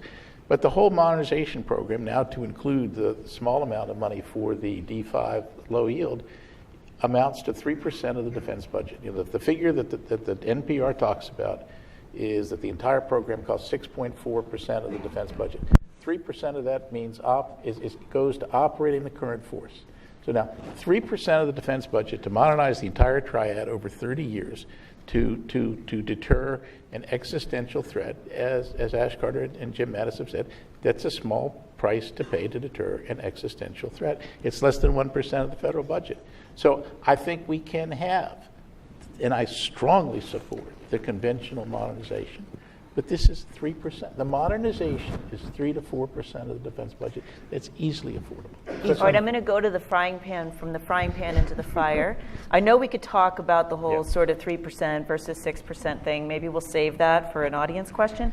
But I want to actually talk about the declaratory policy, because I think that... You missed discrimination. We didn't get to discrimination. We didn't really get to that issue of... I thought I did that. Okay. Okay. Nobody you ever touched on covers it. discrimination. You guys, Yeah. all right. I don't think so either. You think we should go back there? All right. I think we should complete that before. I think you're right. Okay, so get ready. Be thinking about there has been a policy. lot written about There has this. been. You're absolutely right. And so I have two thoughts whenever I read the articles about it. It's okay. One is that if it's a problem, it's an existing problem. We have long had, the Russians have long had, the Chinese have systems that are both conventional and nuclear. air launch, cruise missile, sea launch, cruise missile. So this is not a new problem. The SLBM's not a new problem because of the UK has its own warhead that is a lower yield on the Trident missile, which is the same Trident missile from the same pool as US missiles. I mean, they're all the same Trident missiles. So if it's a problem, it has long been a problem. But that doesn't mean it's not a problem. What really puzzles me is I go, okay, well, wait a minute. It's a problem because what is it that we're worried a Russia, a China, a North Korea, if they had early warning capabilities, what do we think they're going to do between the time they detect a missile and the time it lands? You know, do they go, I don't know if it's conventional or nuclear, I don't know if it's lower yield or higher yield, and therefore I'm going to do what? Right. And so, and they may be just, I see anything coming at me, one missile, 100, whatever, however many, if I'm not sure, I'm going to just, the Sunday punch that we had, remember LeMay back in, we're just going to respond massively. Maybe that's what they think, but I think parsing what it is we're concerned they will do between the detection of the launch and the time it lands is something that we need to pull out. What is it? I share many of your thoughts. For me, neither discrimination nor survivability are extreme acute worries, but they are factors, right? So, for example, I do not think that that a split launch would necessarily cause the destruction of an SSBN, but it does provide an adversary with additional information about the location of that boat, and so it allows them to narrow the search parameters. I don't think that Russia would necessarily launch a massive retaliation if it wasn't certain about the yield of a ballistic missile or a cruise missile. But it's a concern. We cannot know for sure. So all of this sort of factors into the question of whether they could be used, and that factors into the question of the credibility of that system in the first place. It's not an all or nothing issue. Right. But more to the point, there's a question about discrimination, for example, with a SLCM. One of the reasons why we have moved a little bit away from dual capable systems is that not having that sea-launched cruise missile is great because it allows us to fire Tomahawks, right? Quickly, rapidly, easily. It allows us to do that, more readily without having to sort of make that pause to ask questions about discrimination. That's extremely permissive. That's helpful for defending against adversary aggression, in which we can, raise the intensity of those conflicts. So I think these aren't prohibitive concerns, but I think that they are factors. Yeah. I think one thing that, yes, we're going to come into that, but what this puts on the table, I think, is an interesting question. It's possible to argue that all three of these issues, whether it's the discrimination or the others, are absolutely not problems, therefore we don't need to do anything about them. Mm-hmm. It's also possible to argue that they're insurmountable problems. In other words, there's no way to mitigate them. There also might be a view that says, well, okay, so there are factors. If I go from having, if I add additional questions about discrimination, aren't there other compensatory messages or measures or actions that might mitigate that risk, even if you don't fully agree on the extent of the risk? Do you see what I'm asking? I think you're right. I think there are things that we could do, but I think there are 2 points to be made. The first point is discrimination by whom about what? I mean, it's been an argument for the past couple of years that a U.S. dual-capable cruise missile is destabilizing. Well, destabilizing to whom? The Russians are churning out ground-launched, air-launched, and sea-launched dual-capable systems like sausages. The Chinese are doing the same thing. I mean, destabilizing in whose eyes? Obviously not in the eyes of the Russian or Chinese military leadership. So who is it destabilizing to our own community? Okay, if that's the case you want to make, that's fine. But it's not destabilizing to the Russians and the Chinese because of the road that they're going down. And again, I think the second point, and it's one I'm sorry that I just have to keep returning to, is the discussion kind of goes to the next phase. Okay, the U.S. has launched something. What will the Russians do? The point is, because we can do a wide variety of things, the Russian leadership has to be convinced they're not supposed to go nuclear in the first place. Look, this is what it's all about. It's about preventing a nuclear war. And more conventional forces are not going to prevent Russian first use. In fact, some people have made the argument that conventional superiority forces the Russians to use nuclear weapons first. So I mean, again, let's focus on what this is all about. This is not about the United States trying to fight a nuclear war. It's trying to prevent a nuclear war and a conventional war, which leads nicely to your next question. It does. But one thing I think is really interesting about this discussion, and I just want to note, I've noticed it in the context of the debate as it's gone on and has played out, for example, in the three pieces in War on the Rocks. You know, I've jokingly said, well, we're having the nuclear Olympics right now. They come around once every 8 years. You know, one of the things is that we are forcing ourselves to put a lot more facts on the table. I mean, one of the things that we've started to realize in this dialogue, even on a few of these issues like the D5, is that there were some facts missing from the debate. Absolutely. Whether it's about the British Trident capabilities or existing policies that we've had for a long time and mistaken notions. So I do think there's something useful and important in forcing that debate out more publicly and getting that to go back and forth. So I think that's really useful. So one area that I want to make sure we talk about, because we're going to be coming out to questions in just a couple of minutes, is about declaratory policy. Because I think if there is one area where the argument between, you know, there's absolutely no change, no, there's tons of change, there absolutely is lots of change, no, there's no change, really seems to be there. About the nature of the declaratory policy. And I looked up a few things, and so here's the thing. I don't know if it's so much it's changed as that it got added to in a couple of specific ways. Because the key phrase, the United States wishes to stress it would only consider the use of nuclear weapons in extreme circumstances to defend the vital interests of the United States and its allies or partners, that part is exactly the same.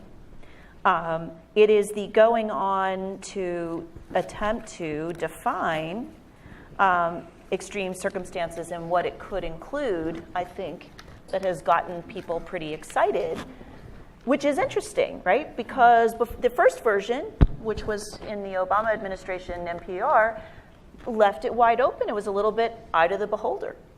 And in this one, tries to put more specificity, and here we kind of end up. So that's just my setup, and I think my question is, to what extent do you think it really, you know, not in the bomb throwing change same, do you think there was an intentional difference? Is there a new problem we need to solve?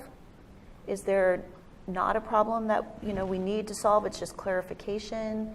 What is there, and do you think across the board that there's room, kind of like my last point, is it really just that it's good the way it is or it's absolutely terrible, or are there ways to kind of amplify this discussion to provide some reassurance about what really is intended or not? Elaine, can I start with you? Sure. I'm not sure that it objectively expands the set of scenarios where the U.S. might consider the use of nuclear weapons in extreme circumstances or where there are catastrophic consequences, right? So in that way, that's that side of the argument. Right. On the other hand, it is a difference in declaratory policy. We've never elaborated in this way. So yes, it is a change in the public elaboration of this. So then the question is, so why talk about it? Why do this declaratory policy? Yeah. And I can only speculate. Because I wasn't part of this, but so it seems if you're worried about capabilities that others have, in this case, cyber or space capabilities, and if you don't have great responses or you don't have confidence in your responses, then you pull out the potential nuclear response flag. And so that's how I interpret it. Of course, that does advertise to your adversary that, you know, you think you are vulnerable there. On the other hand, it says, you may not think this is a big deal if you took out an early warning satellite or if there were some really catastrophic, I don't mean hacking cell phones, really catastrophic cyber attack. You may not think this is a big deal because it wasn't nuclear. We do think it's a big deal, and we're concerned that you don't understand that we think it's a big deal, so we're going to tell you that we think it's a big deal. So that's kind of how I interpret it. Yeah. Not new and new.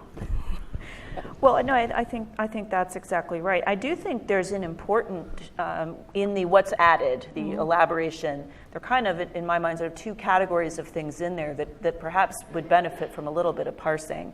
There are some things that are clearly kind of outside of the nuclear domain. There, whether it's civilian infrastructure or other, they've raised this question about this sort of cross-domain issue. Would you use a nuclear weapon to respond to a cyber attack type thing outside of a nuclear domain? Then there are others that I think are clearly about an attack that's intended to degrade our nuclear capability. Both are kind of in there, and actually, at least in my mind, those two things are actually somewhat different. Yeah. I would have thought it would be pretty clear, I would hope an adversary would think, that taking out our early warning is like, that's inside the nuclear box in my mind. So I think so this issue of parsing, I think, is kind of important in terms of what is part and parcel of what rather directly leads to a nuclear exchange or kind of engages that, and which things are somewhat more, for lack of a better phrase, I'm going to say, cross-domain. So I would just emphasize, I agree with everything Elaine said. I think it's not only counterproductive, but also inaccurate to say that there is no change in U.S. declaratory policy. The reason why it's counterproductive is there are areas in deterrence theory where ambiguity is beneficial. There are areas in deterrence theory where ambiguity is absolutely disadvantageous, and clarity is what's required. I'm not certain that this is the right kind of ambiguity, right? The question of whether U.S. early warning satellites would elicit or would sort of put a nuclear attack on the table is very well taken. I think that it makes a relatively strong statement there. There's some stronger language with respect to organizations that support terrorist groups in a pursuit to achieve fissile material or nuclear capability. That's stronger language than it has in the past, right? These aren't qualitative changes, but they are certainly changes, right? The question is about civilian infrastructure and cyber attacks. Here, there's been some contradictory language, and I don't think that that's helpful ambiguity, right? So Elaine says there should be no question in our adversary's mind that certain actions along these lines can create or put nuclear weapons onto the table. It's reasonable to have that kind of statement in there, but you want more clarity about precisely where this would occur. And so, I worry that there was probably some internal debate going on about how to define a non-nuclear strategic attack that's been amplified in subsequent statements trying to clarify this, right? Whether it's fundamentally untrue or whether in fact that was intended. I think that could have benefited by more clarity, more thought, and then an accurate representation of precisely what the NPR says, rather than trying to sort of smudge the boundaries. So I think that's a perfect segue into what I was going to say, that what does the NPR say? I mean, the three of us have been in government. I mean, we know how language is parsed. The NPR is clear. After it repeats the statement from 2010, it then says extreme circumstances could include significant non-nuclear strategic attacks. It doesn't say it will. It doesn't say it does. It says could include. And then it says significant non-nuclear attacks include but are not limited to. And now we go to Elaine's point. Attacks on U.S. allied or partner civilian populations or infrastructure. Attacks on U.S. or allied nuclear forces, their command and control or warning and attack assessment capabilities. And I think what we've seen over the past 10 years is a proliferation of anti-space capabilities. We've seen prompt global strike and other kinds of long-range conventional capabilities, which if deployed in numbers create these kinds of threats.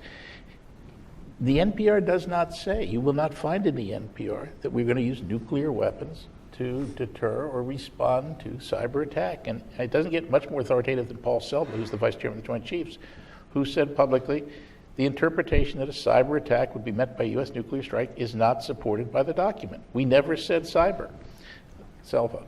So again, I mean, I fully understand the points being made, but let's be clear as to what this says. There have been, as Elaine pointed out at the beginning of this conversation, there have been a whole series of developments in terms of threats to nuclear forces, nuclear command and control, and you could use prompt global strike to take out a significant element of civilian infrastructure. So it is what it is, but it isn't what it isn't, right? If only it were that clear, right?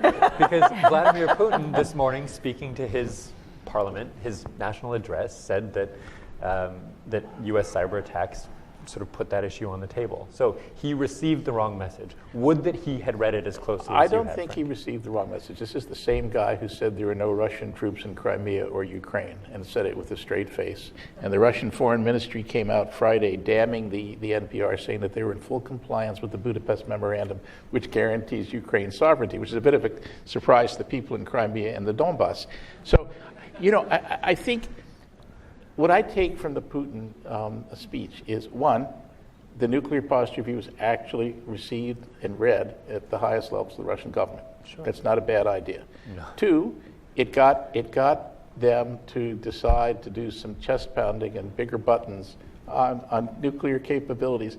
And you know, I love the new 50,000-mile cruise missile to defeat the vast air defenses that the United States doesn't have, for those in the audience who don't pay attention. So I think we're okay. I mean, I understand the need for clarity, but I also think that if they'd wanted to say this is going to be used against cyber attack, they would have said it.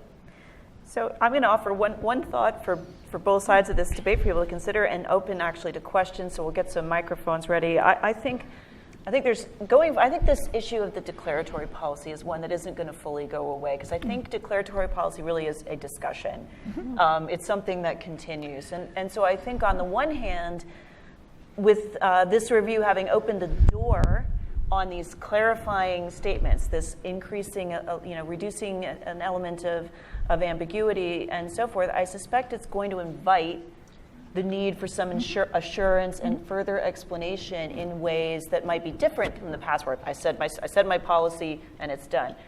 I do also think on the other side of that debate, though, it is important to read always something like declaratory policy in toto. And that includes, for example, emphasizing equally the negative security assurance that's present also in the declaratory policy, because that very much narrows the bounds of where even these attacks are being and responses are being considered. And I think that sometimes vacates the debate. But with that, could I make one comment? Point? Yes. Just because we'll start moving the microphones. There's all up. this talk about continuity and/or change, and I know I've been attacked by saying it's squarely in the mainstream. I think let's define what mainstream is. Mainstream is we use nuclear weapons to deter major conventional attack and nuclear attack on the United States and our allies. We do that with flexible capabilities. Kennedy administration, Nixon, Ford, Kenny Johnson, Nixon, Ford, Schlesinger, all the way up. The fundamental tenets that we will have flexible options and flexible capabilities to deter major attack, nuclear and non-nuclear, on ourselves and our allies, is the core, and it was the core all the way back. There are going to be differences in some elements of declaratory policy. No one's saying there isn't. But as far as a fundamental policy within the United States of America, this thing has roots that go back a long time. All right. So as you frame your questions, please make sure they're a question, that they're brief, and please introduce yourself and your affiliation. So, sir, if you'd go first. Steve Winters, independent consultant. I'd like to address this to Adam. If we totally simplify and say there's two options, the one that you were talking about, we've got very good deterrence, people understand, or B, we're going to add redundancies to our deterrence, and maybe that sends a message, and low yield here and there, in addition to what we have already, which presumably is enough. So A or B. The question is, What message does this NPR, or the choice between those two, send to other countries? We've got a lot of people developing nuclear weapons, thinking about nuclear weapons. What if you were imagined in North Korea and they read this? Does that make them more determined to not give up their nuclear weapons or missiles? Does that make them more determined to add even further capabilities to their deterrent system? Or, I hate to say Japan, but if Japan, as sometimes suggested, if they lost faith in the U.S. and they decided to go to nuclear, does that mean that they're going to have all sorts of low-yield weapons right and left? And then what does that do in terms of overall stability in the world? And I could throw in Pakistan, too. All right, well, that's a lot. One thing I think I will do, just so we can also get a kind of a diversity of inputs, is why don't I take a second one and we'll kind of divvy them up in the panel. So, Meyer, I think you've got one here. Thank you. Sarah McCunniff from the MITRE Corporation. We've talked a lot today about the weapon systems, but one thing we haven't discussed is something that's addressed in the NPR, and that's NC3, Nuclear Command, Control, and Communications. I'd be interested in your observations on that. Okay. So Adam, maybe you can kind of roll up on the first question, and then we'll also touch on NC3, right? That's a different thing we haven't covered.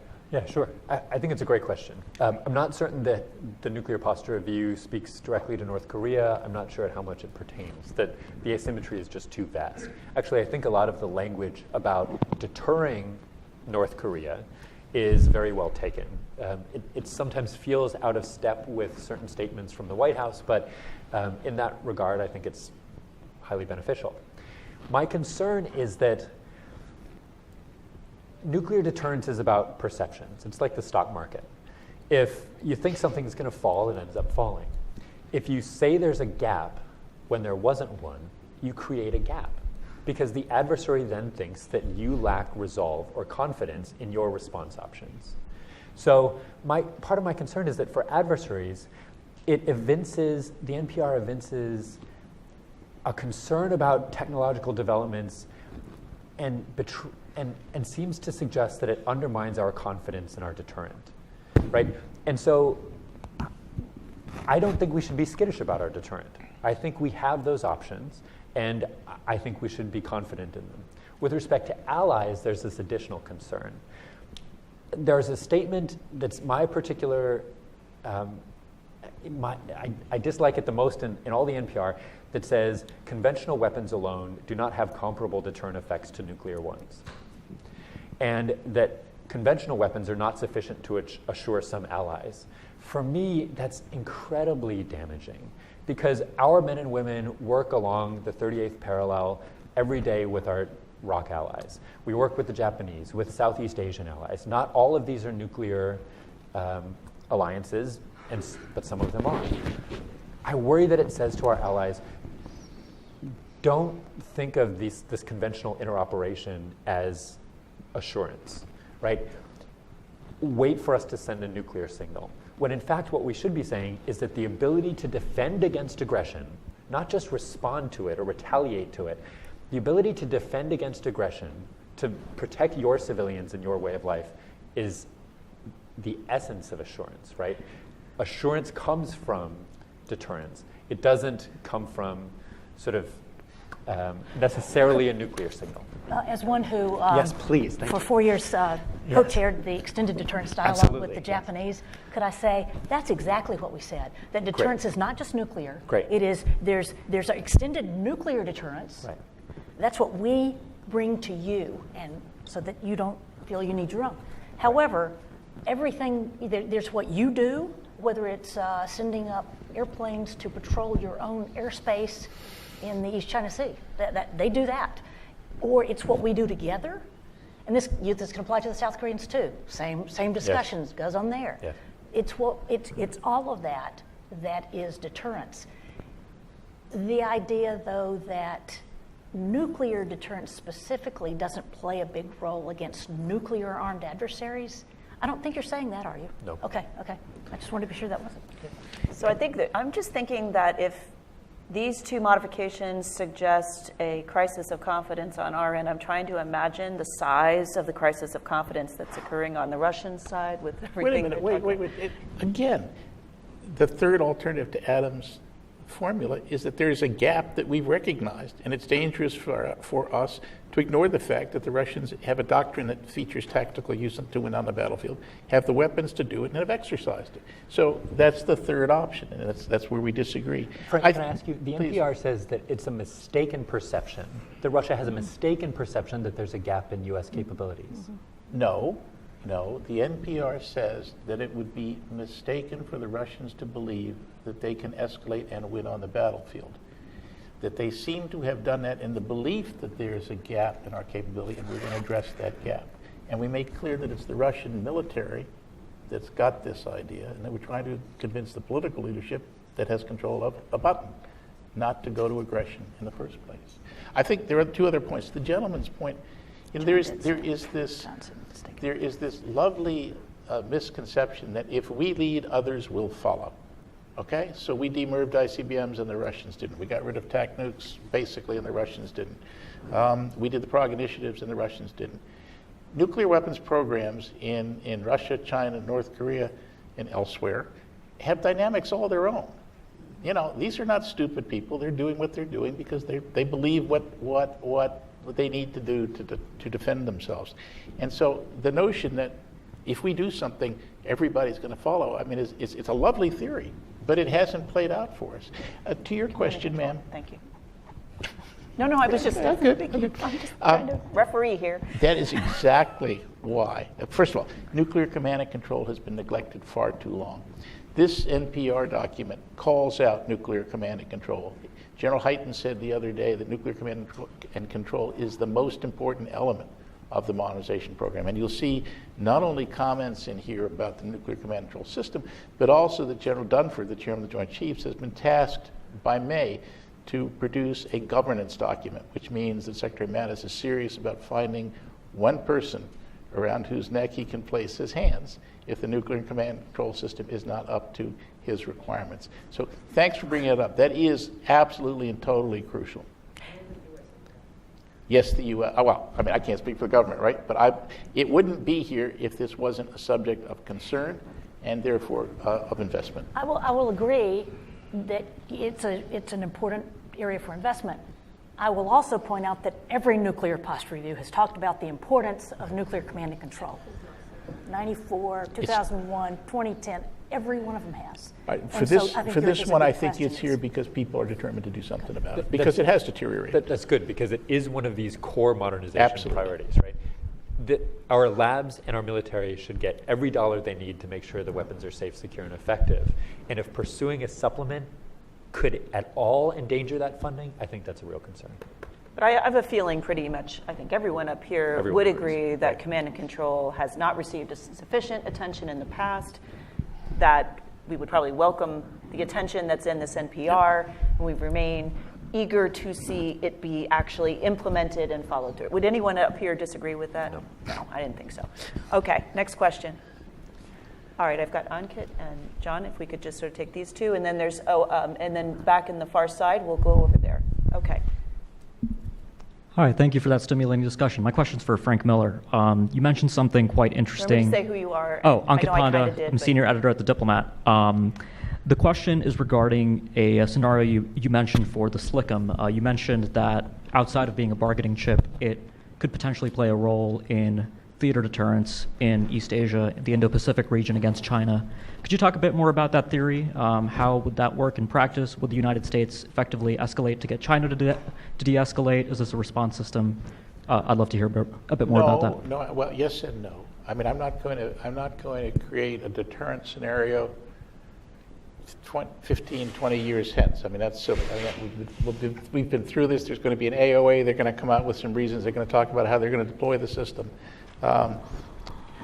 If you look at China, you look at the most dynamic missile modernization program in the world right now. You look at militarized islands, which were pledged to not be militarized. You look at the continued statements about turning the South China Sea into an inland waterway.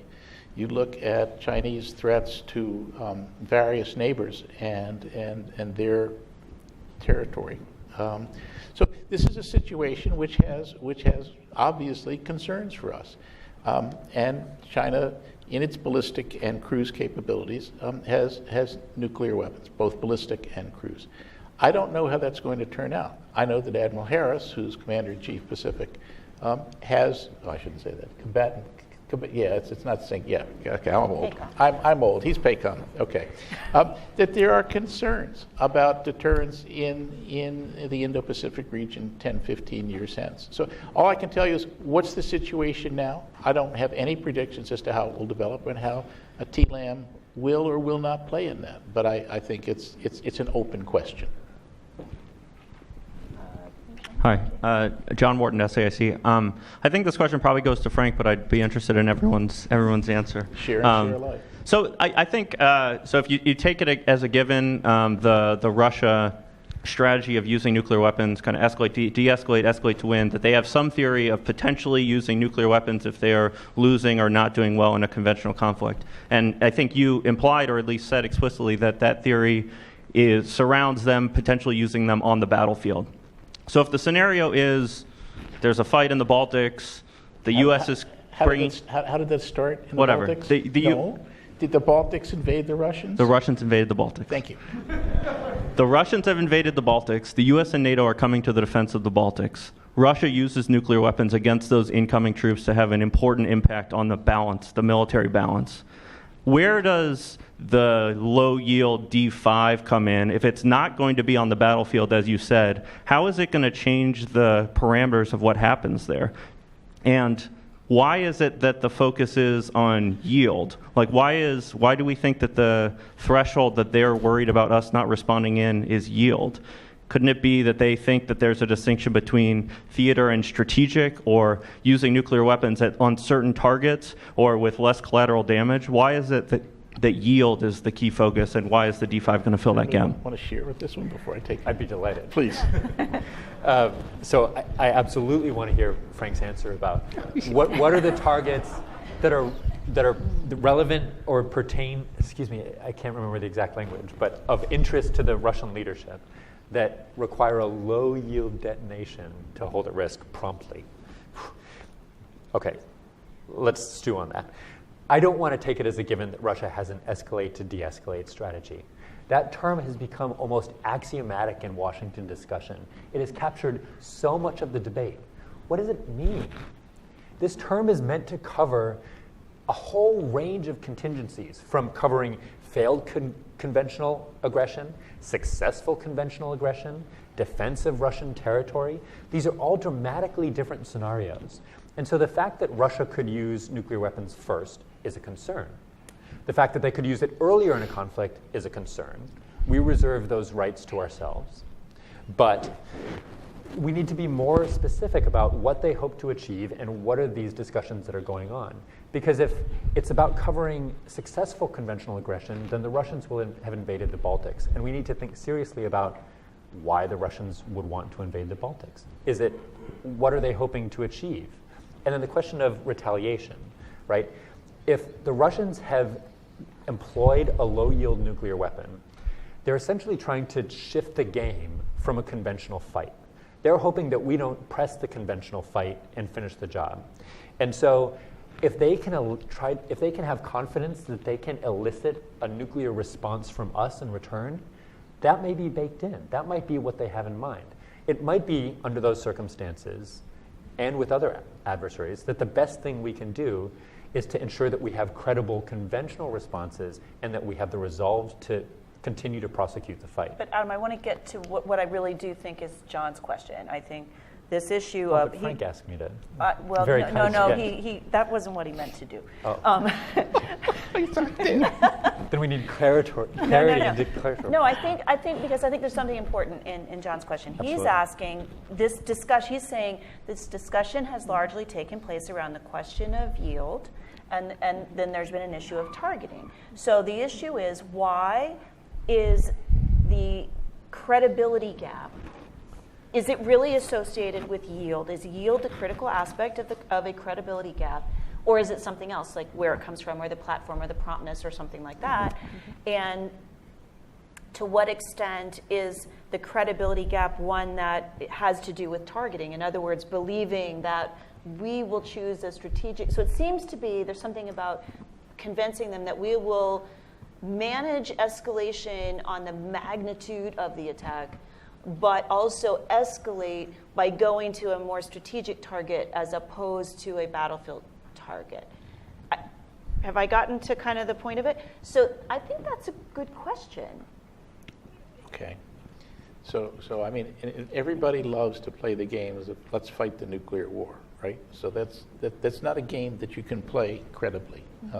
I do, you do, I do back, right? Okay. So anybody can play that game. We've all fought the same number of nuclear wars, right? We've all got the same credentials. So let's go back to the beginning. You want to deter aggression in any way. The notion, I will say it's a null set that NATO is going to attack the Russian territory, okay? That's my null set. Say again? I was not implying that was... Okay. To Adam's point, if the Russians have used a nuclear weapon and we keep putting more conventional troops in, I don't know how the NATO allies are going to react. And it just calls for the Russians to use nuclear weapons a second time. So you need to have a stout conventional defense, but I don't think that is sufficient. The third point is, again, I mean, I'm sorry to keep repeating this. It is certainly the view of the U.S. government and our NATO allies that the Russians have three things. They have written about the need to use nuclear weapons to halt a conventional war. They kept older tactical battlefield weapons, and they have bought new ones, and they've exercised the whole thing. It's somewhat ironic that people say, well, don't we want to respond on the battlefield? Absolutely not. We are not interested in fighting a battlefield nuclear war. We're not interested in fighting a nuclear war, period. Responding in kind in the battlefield, I think you're right. The Russians have probably taken that on board and have said, that's okay. You know, we can accept another portion of the Baltics being destroyed. That's not acceptable. So we're back to deterrence. And what is deterrence about? Deterrence says, if you do something, the cost that will be imposed upon you will be greater than the gains you hope to make. That's classic, basic deterrence theory, right? And so the choice of a D5 with the capability to reach deep into Russia, any place, says we have the capability to escalate. Not because we want to escalate, but because we are warning you, do not take the first step. The choice of targets at this point in this discussion is immaterial. It is the view of the NPR, therefore of the DoD, therefore of the U.S. government, which is not infallible, but it is the view that in looking at what the Russians say, buy, and practice, and what we have, the only thing that we don't have right now is a prompt, low-yield weapon, which we propose to buy in very, very small numbers. And because it's different than anything that's come along in the past, this has become the focus of the debate on the NPR. Okay, I get it. And the Slickum. Okay. I can hardly get you guys going on this Slickum. All right, so what I'd like to do, because we're coming close to the end of our time, I want to make sure that we get a break. Am I right, Will? I'm running out? Yes. So, but I do want to take the last question over here. Actually, not me. No, go ahead. Are you sure? Yeah. There were two hands close together. Okay. Okay, I can be really quick. One's deferred. All right. Thank you. I can be really quick. I have a brief comment and a really concise question. Okay. My brief comment is for the historian in me. Elaine mentioned how interesting the idea of using the Slickum in an arms control environment as leverage against the Russians. And the NPR mentions that, and Secretary Mattis mentioned that, and there seems to be this sense going around that we have to do something in the cruise missile area to bring the Russians to the table. Just for the sake of history, I'd like to remind people when we deployed Pershing IIs and Glickums in Europe in 1983, the Soviets left the negotiating table. It wasn't until political change happened a few years later that they came back. So if you want to use the model, you got to bring in the political change too. My question is concise. Can anybody give me a number on the yield of the low yield weapon? Yes and no. And to your point, Amy, it's not correct. The Russians the Soviets were conducting a massive... Oh, I know. No, my turn. A massive Psy-war campaign to undermine NATO solidarity, okay? They thought that they could stop the initial deployments of the INF systems. When it became apparent, and the walkout was part of that, Elaine lived this, I lived at one office down. When it became apparent, they could not stop that. And when the political leadership understood that these weapons were real and in Europe and were capable of hitting targets in Russia, they returned to the negotiating table. And you would not have received the INF Treaty without those deployments. I fully agree. Now, with respect to SLCM, we've all talked about whether or not it's going to be a good bargaining chip or not. The other alternative would be to put stuff on the ground in Europe, which I absolutely do not support. So, if there's a bargaining chip, it may be a weak one, or if it is what it is. But don't distort the history on this one. Can I get a yield? Elaine, do you have can you? Can I get a yield? You've studied this for a long time. What's your take? On SLCM as a bargaining chip or some other issue that we on the No. INF? Well, I think specifically, I think this issue of the relationship, I'm going to put it this way. The relationship of the SLCM to the INF Treaty in terms of helping us do what I think everyone would agree we want to do, is have them come back into compliance. Get them back into compliance. Yeah. How useful or not is that? Question one. And how relevant even are the historical analogies at this point? Are they helpful? Are we learning the right lessons, do you think? Or are we, run the risk of learning the wrong lessons because the environment's changed so much? What do you think?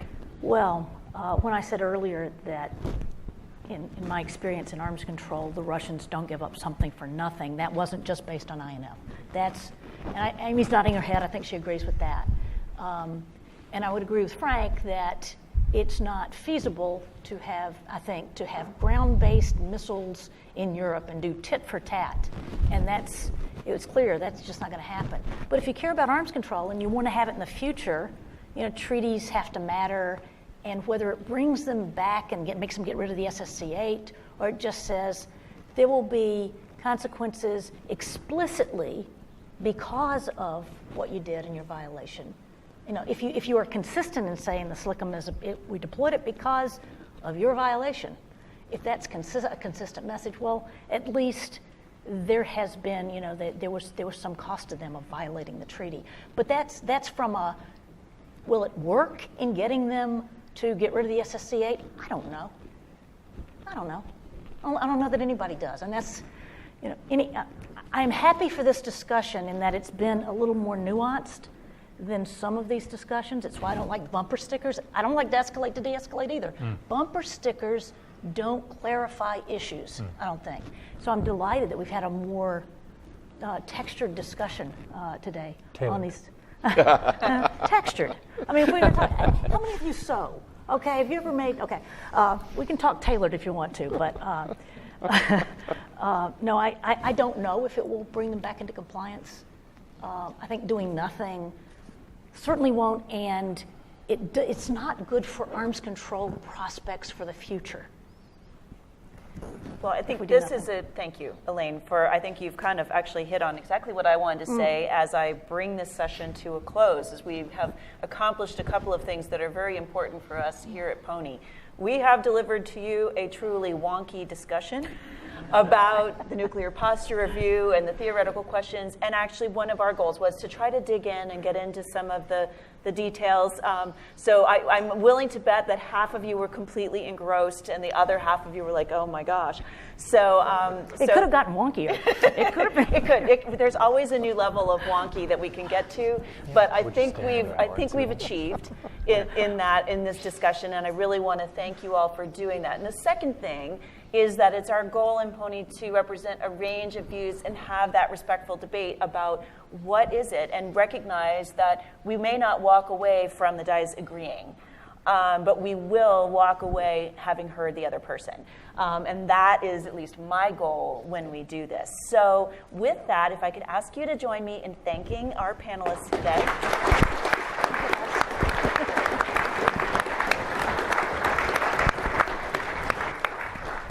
We have, I believe, a quick break, and then we will come back in for our next panel. So thank you very much. We'll get started with our second panel.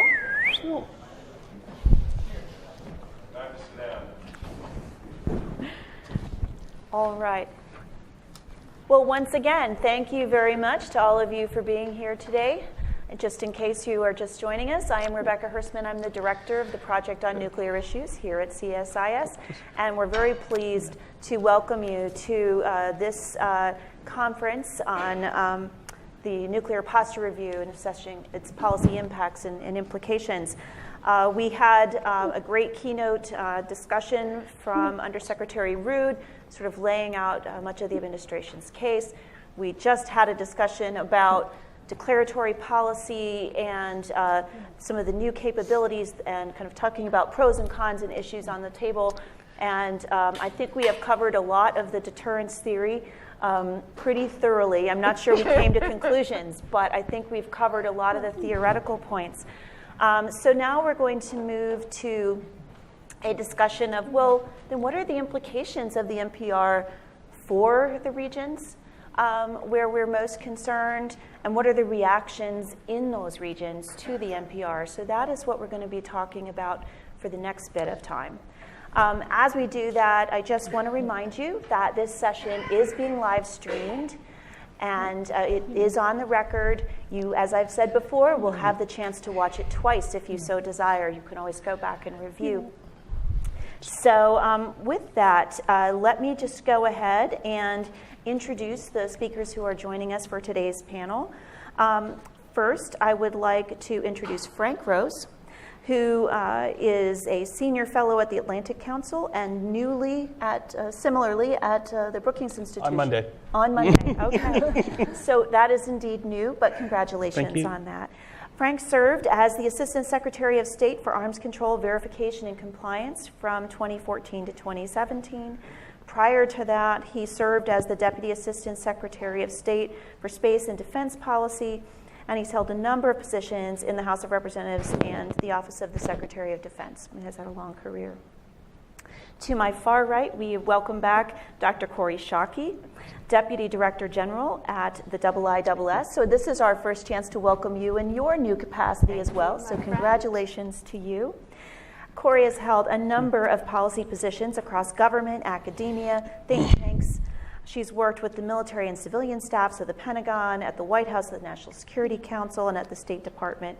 She's authored a number of books, most notably her recent one called Safe Passage, which has received a great amount of attention. They will be discussing the European side of the equation today. To my left, I have our Asia and Korea team, who will be looking at it from that perspective. To my far left, we have Dr. Sumi Terry, who is a senior fellow here as part of the Korea chair here at CSIS. Before coming to CSIS, she served as a senior analyst on Korean issues at the CIA. She served as the director for Korea, Japan, and Oceanic Affairs at the National Security Council under both Presidents George W. Bush and Barack Obama. And she served as Deputy National Intelligence Officer for East Asia at the National Intelligence Council. And finally, we have Ankit Panda, who's a senior editor at The Diplomat. Ankit is an award-winning writer, analyst, and researcher. He focuses on international security, geopolitics, and economics.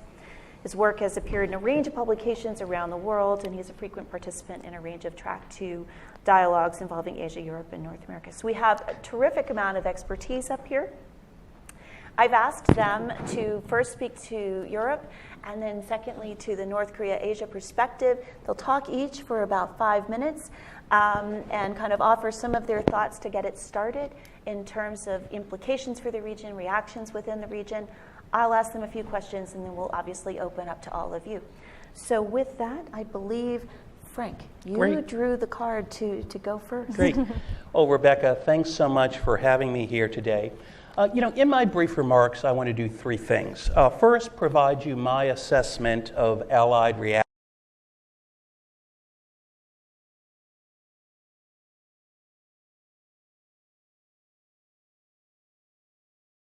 Major challenge moving forward. Truth in advertising, I can sometimes be critical of the current administration. However, in the context of the Nuclear Posture Review, I think the administration has done a good job engaging our allies and partners. And from what I understand, the 2018 NPR established a good consultation mechanism to enable allies to input into the reviews. And furthermore, from what I have seen and heard, allies are generally happy with the review. Though this is in the Asia-Pacific region, the Japanese foreign minister said, quote, Japan highly appreciates the latest NPR, which clearly articulates U.S. resolve to ensure the effectiveness of its deterrent commitments. There really hasn't been too many public statements by senior officials in Europe on the NPR one way or the other. The only thing that I have been able to find is a negative comment from the German Foreign Minister, Sigmar Gabriel. However, I'm not sure if those comments fully reflect the German government's view, in particular the Chancellor's office and the Ministry of Defense. I think when you actually read the NPR, it has very good language on extended deterrence, outlining the importance of extended deterrence. And secondly, it recommends a number of specific actions to enhance extended deterrence. For example, moving forward with the B-21 bomber and the long-range standoff cruise missile, introducing a new sea-launched cruise missile, enhancing the readiness and survivability of NATO's dual-capable aircraft, and continuing to work with the allies on consultative mechanisms. Now, overall, I think the NPR is good for extended deterrence broadly, but also in Europe. The Russian reaction. Well, the Russian reaction was predictable. The rhetoric coming out of the Russian Foreign Ministry is just priceless. A couple of my favorite quotes include the content of the new nuclear doctrine, the so-called nuclear posture review, released by the United States on February 2nd, has provoked deep disappointment. The confrontational and anti-Russian nature of this document strikes the eye. But what the Russian Foreign Ministry statement fails to mention is that Russia, through its violation of the INF Treaty, illegal occupation of Crimea, continued efforts to destabilize Ukraine, and meddling in the 2016 U.S. presidential election, has really set the stage for the deterioration of the security environment. That said, I think it's very important to continue to engage Russia in a dialogue, but the purpose of that dialogue should not be to negotiate a new arms reductions agreement, which is totally unrealistic given the current circumstances. Instead, that dialogue should be focused on the twin goals of reducing risk and sending very clear deterrent messages to Russia. So let me conclude, though, with what I think is the big challenge with regards to the NPR and extended deterrence. Well, I think Trump administration senior officials that I've heard speak on the issue have been very measured and thoughtful in their public statements. I think there is concern with some of the statements coming out of the White House. I'm not going to cite the list, I think we all know, but make no mistake, these statements are having an impact, especially amongst European publics.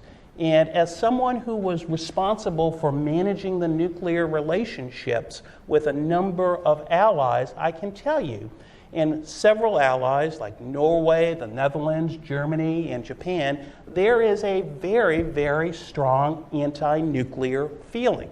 And our ally governments have to work very, very closely to manage that those public relations, especially when it comes to issues like funding new dual-capable aircraft in support of NATO's nuclear mission.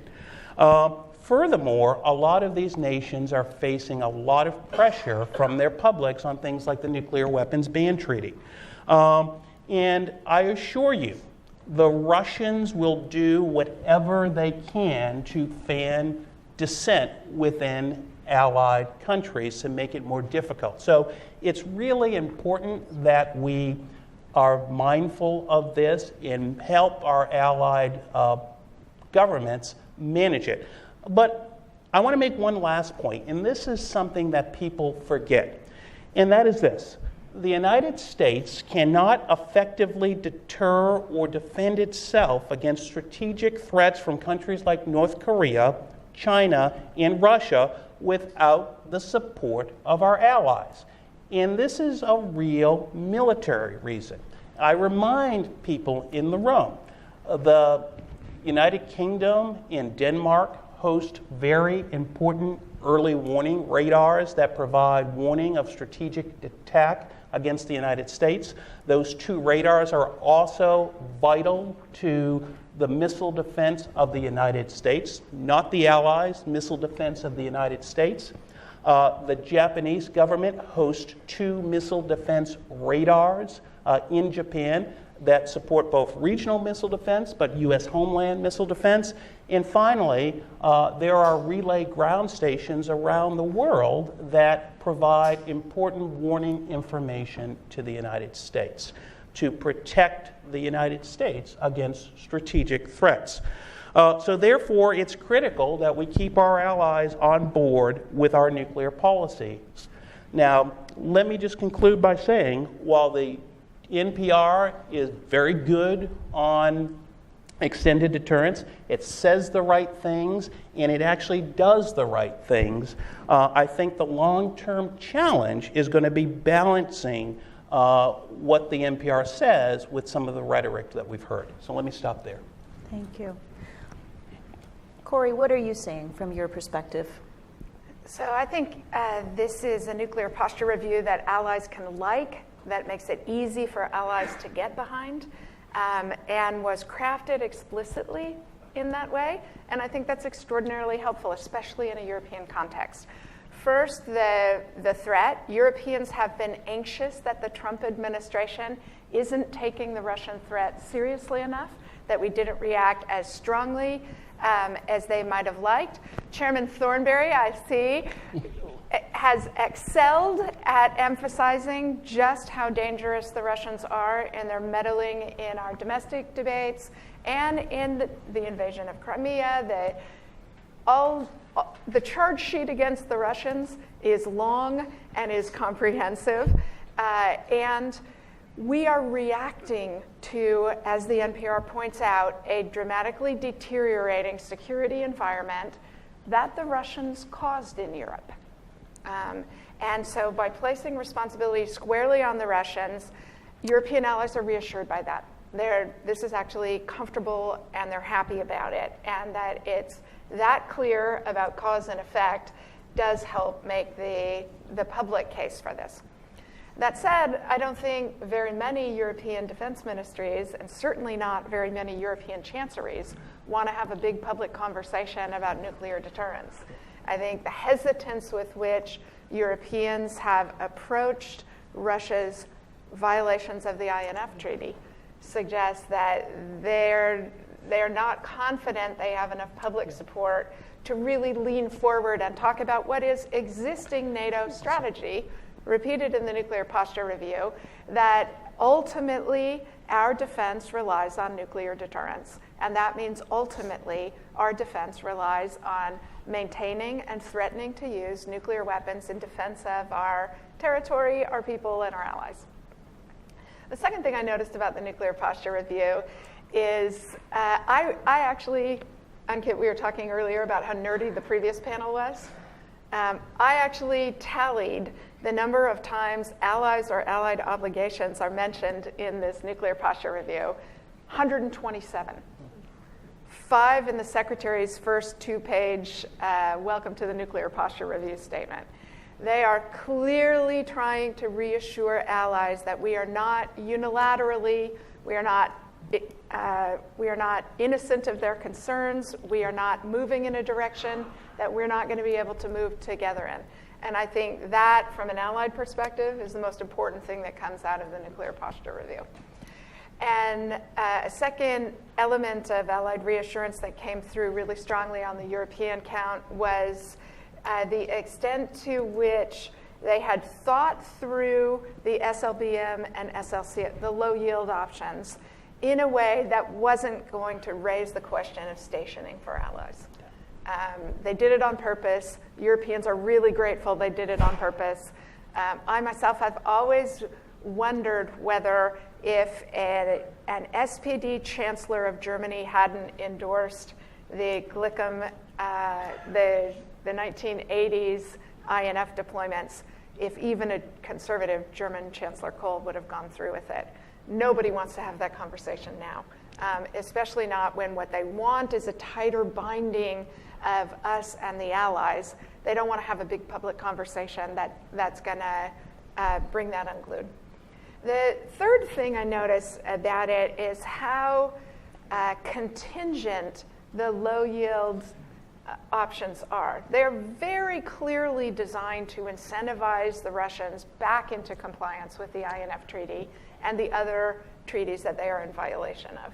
I thought that was quite a smart grace note. I'm a lot less concerned than Adam about what specific targets are we talking about in what stage of battle, because I thought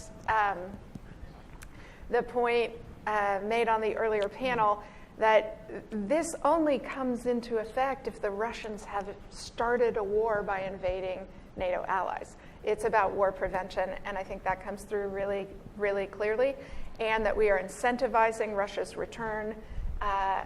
European allies are fine with that. I don't think the German chancellor would have much difficulty supporting anything in the nuclear posture review. All right, thank you. Okay, so switching gears a little bit, let's look to a different region. I think Europe definitely, and Russia certainly figured prominently, noticeably, and very upfront in the nuclear posture review and driving a lot of the decisions that were made there.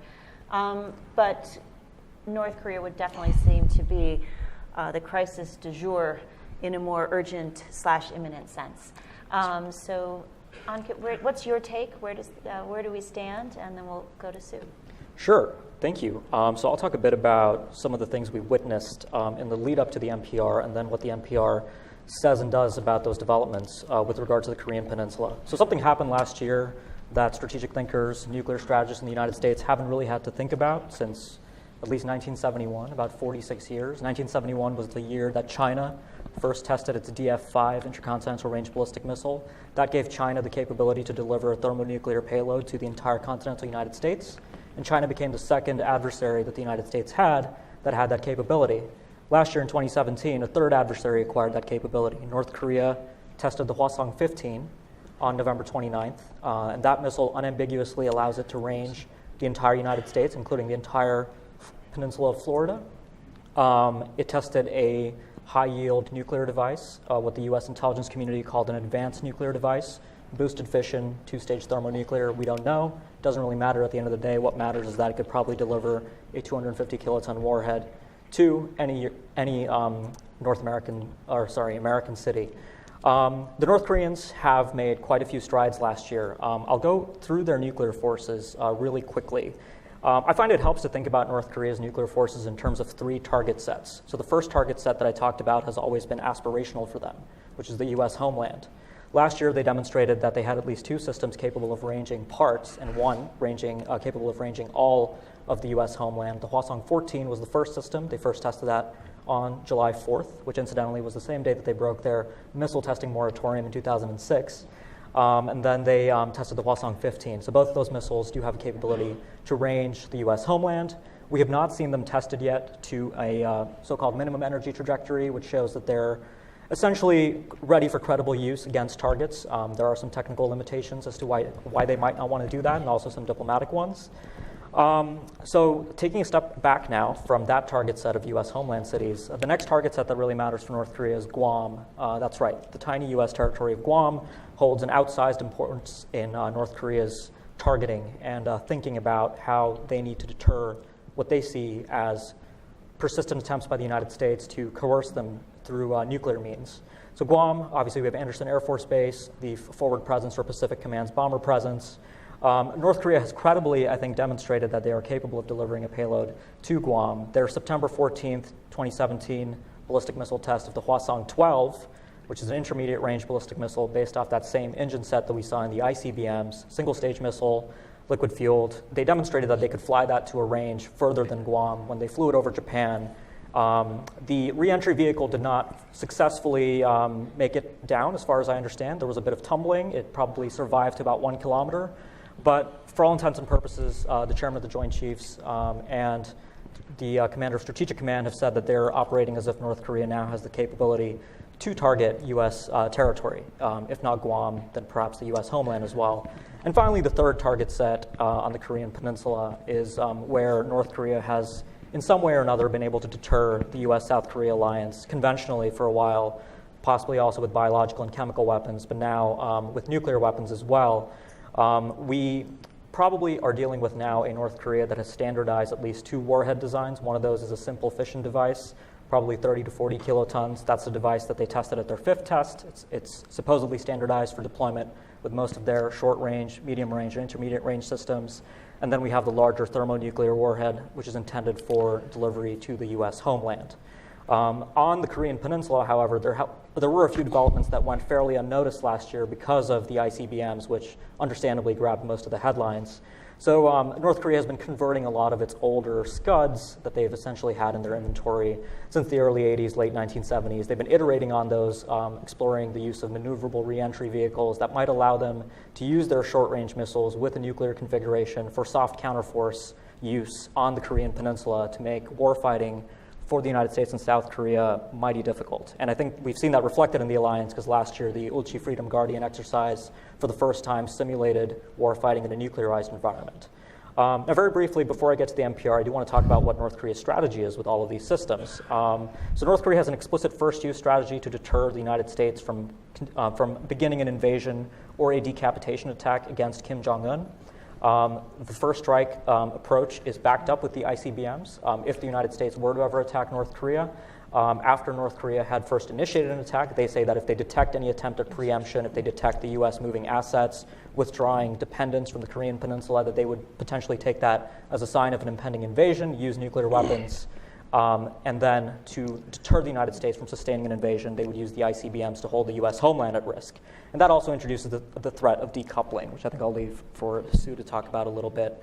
So that's their strategy, shortly put. And I do want to say a bit about command and control in North Korea.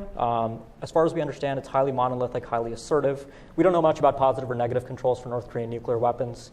In a crisis, there are incentives for North Korea that would ensure that they devolve or pre-delegate use authority to units in the field, which makes the possibility of nuclear use on the Korean Peninsula unpleasantly high. Now, the Nuclear Posture Review takes note of this. I do want to say a bit about China, but the Nuclear Posture Review mentions North Korea 49 times, mentions China 47 times.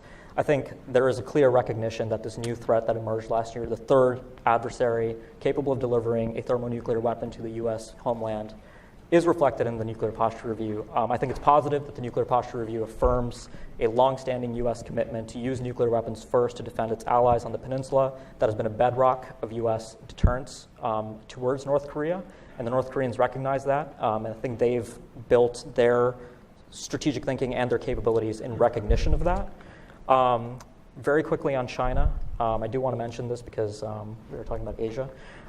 So I think it's interesting that the Nuclear Posture Review introduces this lingering suspicion that, again, isn't new in the United States, that China's longstanding policy of no first use is something of a canard, cannot be relied on. China's had this in place since 1964. Authoritative Chinese writings, People's Liberation Army Rocket Force writings, and before that, Second Artillery Corps have consistently emphasized no first use. In 2013, China released a national defense strategy that didn't mention no first use, and people had a little bit of a conniption about that, and then they later reintroduced it in 2015, and we've seen more recent statements. But there is this lingering suspicion that China's breakneck development of theater ballistic missile systems, including the DF-17, the first deployable hypersonic glide vehicle payload on a ballistic missile, uses a modified DF-16 booster. The intelligence community assesses that it will probably see deployment by 2020.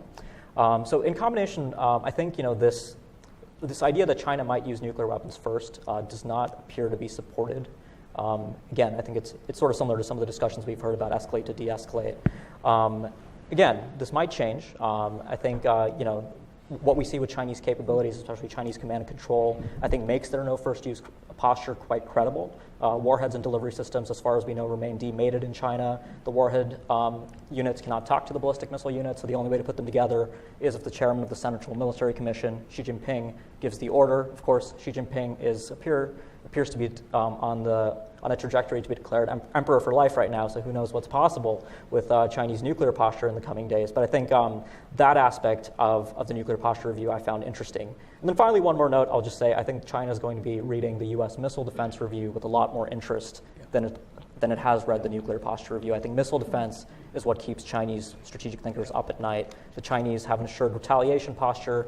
They sleep well at night when they know that their warheads can get through to the U.S. homeland, and missile defenses worry them. They don't believe that our missile defenses are limited. We don't believe that their no first use posture is a no first use posture. So I'll leave it there. Thank you. Thank you very much. So Sue, over to you, and I think help us understand what's happening in the region, and especially in terms of our ROC allies. How are they seeing things? Yeah. Well, okay, sure. I'll talk about the South Korea piece a little later. You did amazing job just laying out the nuclear missile stuff on North Korea in a rapid pace too, amazing. So I will just shift gear a little bit and talk about some of the concerns I have. Okay, I think that might be useful. But I want to start out by saying I think the nuclear posture review correctly points out that North Korea's pursuit of nuclear weapons capability first and foremost pose a threat, a proliferation threat, dire, imminent proliferation threat is something that we've been working on, I think, so I'm glad that it pointed that out. And that threat obviously is more than nuclear, it's biological and chemical weapons proliferation as well. I'm sure most of you guys read that New York Times piece just yesterday or the day before yesterday talking about UN report linking North Korea's assistance to Assad's chemical weapons program. The nuclear posture review also talks about the capability about North Korea being months away from completing their program, meaning achieving the capability to attack mainland United States with a nuclear-tipped intercontinental ballistic missile. Now, I think that's an aggressive timeline, but it's like USIC, it's the intelligence community's assessment. As a CIA director, Mike Pompeo, I think recently talked about North Korea being months away.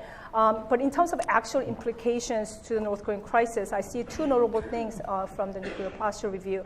And the first notable detail is, I'm sure what you guys discussed first session on the Sea-launched cruise missile to be developed in the next few years and as a personal deterrent against the Kim Jong-un regime. And while it's not explicitly linked to the North Korean crisis, it had Russia in mind, because U.S. could then place nuclear weapons on destroyers or submarines in the Sea of Japan, giving U.S. military access to lower yields nuclear warheads on the order of those that destroyed Hiroshima and Nagasaki, without having to base them in South Korea, and it provides benefits and so on. And I understand that the prompt response and secondary benefit of increased credibility and extended deterrence for our allies to dissuade Japan and South Korea from the need to develop their own nuclear weapons themselves. But I just want to sort of talk about the risk, just because I just want to talk about the North Korean perspective, because my biggest concern when it comes to North Korea right now is potential for spiral in escalation due to miscommunication. So what I'm really concerned about is first strike incentives, particularly on North Korea. And I want to talk a little bit more about that, because second notable detail that I noticed from the nuclear posture review is, when the review talks about this extreme circumstances. I'm sure it came up about whether it's broadened the extreme circumstances or not when they clarified it. Because they give out these examples of extreme circumstances when the U.S. will use nuclear weapons. But of course, the risk and the downside of that, again, is from North Korean perspective, if Kim Jong-un believes that we are about to attack North Korea. That has been my main concern, because I've had my interactions with North Koreans. I, for example, met with North Koreans last summer, and when we were talking about nuclear weapons, it came up when they said, North Korea is not going to use nuclear weapons, but as you mentioned, if they believe the attack is coming their way, if there's a regime change or regime decapitation or any kind of attack that's going to happen on North Korea. North Koreans themselves have told me, we didn't pursue nuclear weapons at this great cost, going through all this isolation, sanctions, and everything else, just to perish without using them. And I believe them. It's a little bit of a scary thought, but I came away absolutely believing that. So I am concerned about that, particularly because, and I'm not a technical person, but because of this debate about whether this low-yield sea launch capability creates discrimination problem, right? I'm concerned that miscalculation by North Korea could be high. And another concern that I have is, nuclear posture review is sort of an aspirational thing that I think we talked about this earlier. It's kind of goals, but nuclear crisis occurring right now with North Korea. So so I feel like there's a little bit of a disconnect there. This is not 5 years down the road. This is this year. And whether it's North Korea is 90% done, 95% done, and whether they're months away from completing their program or not, it's something that I believe is going to unfold this year. I mean, soon, just because they are very close to completing the program. And from U.S. policymakers' perspective, this is something that we have to handle. So this is not some future issue, but it's an issue right now. And you want to talk about a little bit decoupling. The problem is, I think the administration's perspective on North Korea is, what is their intent? Can we ultimately, at the end of the day, after sanctions and everything, after we pursue this pressure policy, what are we ultimately prepared to do? Are we going to live with nuclear North Korea, or are we not going to live with nuclear North Korea? And I think there are those that are arguing right now in the administration that we cannot live with nuclear North Korea for a whole host of reasons. And you talked about decoupling. One of the reasons is because we believe that those people who believe that we cannot live with nuclear North Korea believes that North Korea has more of offensive intent to acquiring nuclear weapons. It's not only for regime survival, it's not only as a nuclear deterrent against the United States, but because they have a greater design of trying to decouple U.S.-South Korea alliance, try to kick the U.S. forces off the Korean peninsula, perhaps try to achieve unification on its own terms over the long term. Because of this offensive intent, there are those who are making this argument that we have to handle this problem. And this is why you hear administration talking about if the first phase of sanctions does not work, we have to move into the second phase. And what is that second phase? So again, I think this all in all looks good. But my concern is this is sort of a future product, and the crisis is occurring right now. So, thank you for that. All right. Well, there is clearly a lot on the table. Can I add one point on the Korea strategy discussion? Go ahead. It seems to me that the administration's choice to emphasize the risk of intent creates a serious crisis destabilization problem, because I'd be interested, Sue and Ankit, in your judgment about whether, if we were genuinely going to pursue a preventative strike policy against North Korea, I'd love to know your assessment of whether the South Koreans would support it. Because my guess is that 0% possibility. My guess is that at the height of the crisis, our closest ally would defect, and that's the comparison to the Europe challenge, right? The Berlin crisis. Germans weren't willing to carry out our strategy, and we had to recalibrate. And I think we are likely, because of the policy the White House has adopted on it, to be very much at risk if a crisis should get started, that we can't carry the Japanese and the South Koreans with us on the policy we're going to pursue. I 100% agree. Yeah, I think that's a great point. You're nodding, right? No, there's a 0% possibility that the Moon Jae-in government will support any kind of preventive strike against North Korea. So I want to ask a couple of questions of both sides. I've got a couple of ideas, but I think this has teed up, so I'm actually going to turn to you all first. And really, my questions are about almost exactly on this issue. The first question I have, and I'm actually going to ask them both, because I think you might want to think about them together. The fundamental question is, should we establish a more stable deterrence relationship with North Korea? Is it viable? Is it possible? And even if it is possible, is it a good idea? They're not necessarily the same question. I'm not saying it's desirable. I'm not suggesting, we wouldn't all prefer other alternatives. But Is it achievable? And is it a good idea? Here's my second question. It really has to do with this first strike incentive problem and the concern that we might find ourselves in one of these high situations. In other words, high first strike incentives potentially on both sides of a conflict. And what's interesting is what makes that situation feel particularly scary, I think is the right word. They're in a breakout phase. They're running for the finish line. So time is short. And unlike what we're going to be describing over here, we don't have decades of experience managing this dialogue, and we have zero mechanisms to communicate effectively in a crisis. Maybe that's a loaded question, maybe I think I know what I think, but what can we do? So what can we do to be more stable and have a deterrence relationship that has a chance of reducing the risk of nuclear conflict? And related to that, in the near term, how can we manage our way out of what appears to be a nearly imminent nuclear crisis? Who wants to go first? I can start. All right.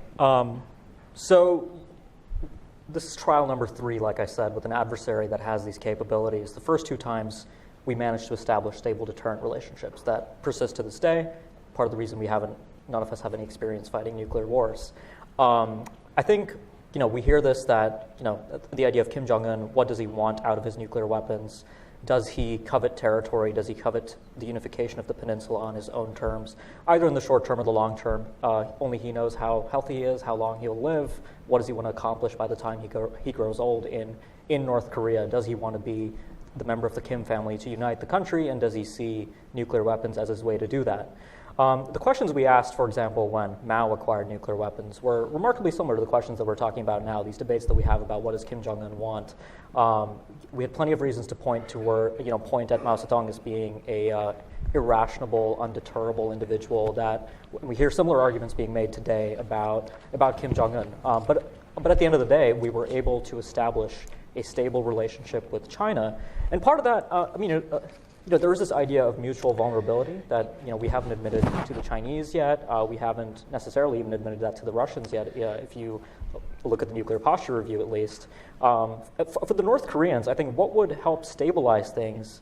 They're very clear, and so you've probably heard this when you've spoken to them. But they now talk about this idea of seeking a balance of power with the United States. They're seeking the benefits of the nuclear revolution first and foremost, which is that they're seeking security for the regime. That is, I think, the proximal goal. And I think there are interesting debates to be had about North Korea's coercive intentions with nuclear weapons. For example, I think last year in August, when they threatened to bracket Guam with 4 intermediate-range ballistic missiles, unless the United States, stopped its B-1 flights to the Korean Peninsula. I mean, that's a classic example of a nuclear state using some kind of compelling threat. Right? We will do this unless you stop doing this. And obviously the United States didn't succumb to that threat, and there's questions about how credible that North Korean threat was. There was a lot of misstatement that North Korea had walked that threat back when, in fact, it remains on the table to this day. It's all they said was Kim Jong-un would give the order if he felt the need to do that. So all of that is to say, I mean, there are things that we can do with North Korea to make this a less dangerous situation, to reduce their incentives, first of all, for a first strike. But right now, you're right, we're in this breakout period, maybe 18 months or 2 years from July 4th when we saw that first ICBM is how long it's going to take for both sides to figure out some kind of modus vivendi around this new nuclear situation. But that's not to say that things aren't quite dangerous right now. I think I do believe, I'm one of those people, I do believe that North Korea has more coercive intent. It does make sense. Why wouldn't North Korea, if they can do it, get the U.S. force, kick off the U.S. forces off the Korean Peninsula? It's practical. If you can decouple your South Korea alliance, that's great. But we don't need to let that happen. So the idea that we need to take make a preventive strike, we can't just not let North Korea make us leave. I mean, so I don't understand why that's linked. I don't understand why acknowledging North Korea's more aggressive intent is linked to, therefore we have to take preventive action. containment and deterrence did work with North Korea since the Korean War. I mean, they did sing Cheonan, they did blah, blah. I mean, but all in all, I think I would argue that containment and deterrence did work. And just the idea of taking a preventive strike, it's like I think all of us would agree, it would have catastrophic consequences. Forget about even nuclear weapons, just conventional artillery alone. I mean, 14,000 conventional artillery pieces within 60 seconds of Seoul. So that doesn't, just because you acknowledge aggressive intent, I just don't see that necessarily that we therefore have to take preventive action. I do think our only solution, I don't see North Korea giving up nuclear weapons. I do think the sanctions and pressure is the right way to go. And I think combined with that, we have to come out with a more robust deterrence and containment strategy, including missile defense, greater alliance coordination, and trilateral U.S., South Korea, and U.S. coordination, and continue this effort. And I don't buy this timeline that we have months to figure this out. I think we can calm ourselves and continue on this path. And North Korea, Kim Jong-un is not suicidal. This guy is about regime survival and regime preservation, and we can just take a breather and go on with the deterrence containment strategy and have a longer-term view on things.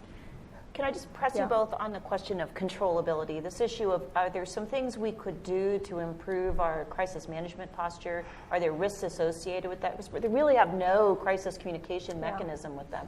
Can you just touch on that? Well, I do believe we do need to, I mean, I'm not necessarily a let's negotiate with North Korea right now, particularly when they're not willing to give up nuclear weapons. But I do think establishing some sort of hotline is important. I mean, even at the height of the Cold War, I think we had that kind of communication with Soviet Union to just de-escalate and be able to just deconflict and just make sure that we're not miscommunicating. And we don't have that really, and we had very low level with the New York channel. But now that Ambassador Jo Yoon has left, we don't even have a replacement for him. We don't have ambassador to South Korea. We don't really have any kind of level of communication with North Korea. So I do think establishing that is priority number one. Yeah. Also, I mean, we heard a bit about ambiguity versus clarity. I think clarity is absolutely necessary right now. And this is the challenge that we're about to face with the alliance, is that this is going to be the first mass mobilization, full Eagle exercise that the United States and South Korea will be conducting since North Korea introduced a thermonuclear ICBM to the peninsula. So how do you go about that without necessarily, raising North Korea's? I mean, the North Koreans are about, I guarantee a month from now, if you read, Nodong Shinmun, their state media, that they'll be, foaming at the mouths about these exercises and issuing nuclear threats. They'll say that we'll turn Washington D.C. into a sea of fire. They may release propaganda videos. So how do you go about that without leading to some kind of deadly miscalculation? And I think the right thing for the United States to do is just to speak quite clearly. I mean, this old language that the Obama administration used, the Bush administration used, that we will use nuclear weapons first to defend our allies, but also if North Korea were to ever use nuclear weapons, that there would be no question that the regime can survive, that is the end of the North Korean regime. So the NPR actually does reaffirm that, and it reaffirms that the United States is ready to hit a range of targets in North Korea. But I think that kind of language, as long as the North Koreans take that as a credible posture for the United States, I think that's likely. And the way that gets damaged is when we hear sort of confusing signals that if North Korea makes threats, that there will be fire and fury. I think that, I mean, look, for us here, I mean, we sort of know how to tell policy apart from sort of off-the-cuff presidential remarks or potentially tweets. For the North Koreans, I think that's a lot less clear. They're used to seeing American presidents speak in a certain way, and I think they take those very seriously. So that would be my, the bottom line is establish absolute clarity from the President of the United States downwards on what our North Korea policy is, and specifically when it comes to employing nuclear threats. Because the North Koreans do see the United States, they do see us as nuclear coercers on their own. That's how we're viewed in Pyongyang. And for us to do that effectively, to deter them, there has to be absolute clarity. All right, thank you. Well, let me turn to you all with a couple of questions as well. And they're less related, my two questions, but I think you can kind of chew on them together. The first, no surprise. I have to ask you to talk about President Putin's speech and the announcement of the 4 capabilities. But in particular, I guess I'd like your take on is this continuity or change? How much continuity and change is going on the Russia side of the equation? Do you see this? Do you think there's anything to this being somewhat reactive to things we've done? Do you think it was just opportunistic to kind of take the opportunity after the NPR? Help us contextualize from your perspectives what that means.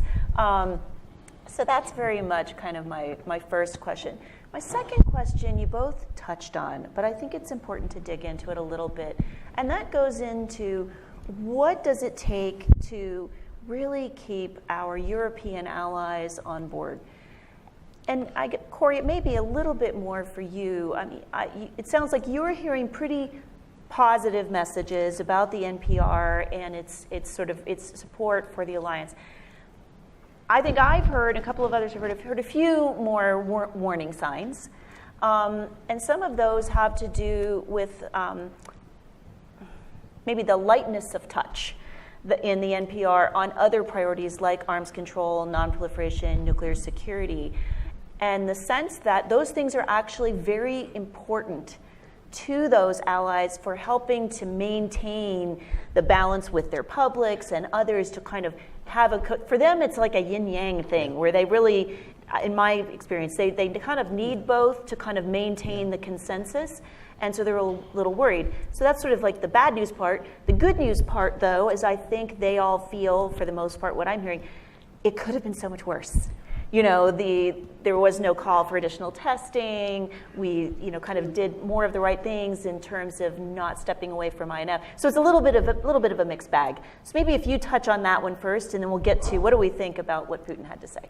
So I agree with nobody should have expected it to be anywhere near this good, and especially where arms control is concerned. Right? That they lay out the charge sheet of Russian violations. They make clear the United States is in compliance with all of our obligations. It makes clear that it keeps the negative security guarantee. It lists in great detail the different agreements and where we stand on them. And I didn't see any changes in there from anything in the Obama nuclear posture review. Elaine, please correct me if I'm wrong, but it seems to me that the continuity, Europeans ought to take that as an enormous victory. And the only challenge that will come, I think, is the same challenge that came with the national security strategy. It's so sensible, it's so reasonable. Is there any likelihood the president will actually be governed by this? And I think that's the right question to ask in the Trump administration. But just one more thing, Frank, which is that it takes arms control seriously as an integral part of the nuclear undertaking. And frankly, I don't think Europeans can ask for anything better than that. And that if the administration had gone too far, as all of you know, because you guys always deal with allies as well, right? Like, you never hit the Goldilocks spot. They're never, if you're too much on arms control, they think you're not taking their defense seriously, especially given Russian behavior and these exercises of nuclear use. So I actually think the Trump administration did a terrific job in taking allied concerns seriously and taking arms control seriously. The one place I think could be trouble, and Frank, you would know better than I, the one thing I think could be trouble is the non-proliferation treaty. Yeah, that's what I'm worried about. I could see this getting tangled up. Yeah. Why don't we stick on that, and then we'll come back to the Putin question. I think Corey did a very nice job. I mean, that's my general assessment as well. No new administration, given this security environment, was going to begin negotiating new arms control agreements. However, as Corey notes, it is pretty good on arms control. It maintains our negative security assurance. It keeps us in the New START treaty. One of the things I was very concerned about early on is that this administration might exit the New START treaty, but it keeps us in, and it continues to fund the Comprehensive Treaty Test Ban Treaty Organization, the International Monitoring System, and the International Data Center, all associated with the CTBT. Now, this administration is not going to move towards ratification of the CTBT, but quite frankly, it says that. yeah, in the posture review, but quite flat out. frankly, I wouldn't expect a Republican administration to do that. But the bottom line is they've kept the funding. And I really take your point about how you have to look at arms control and deterrence as complementary.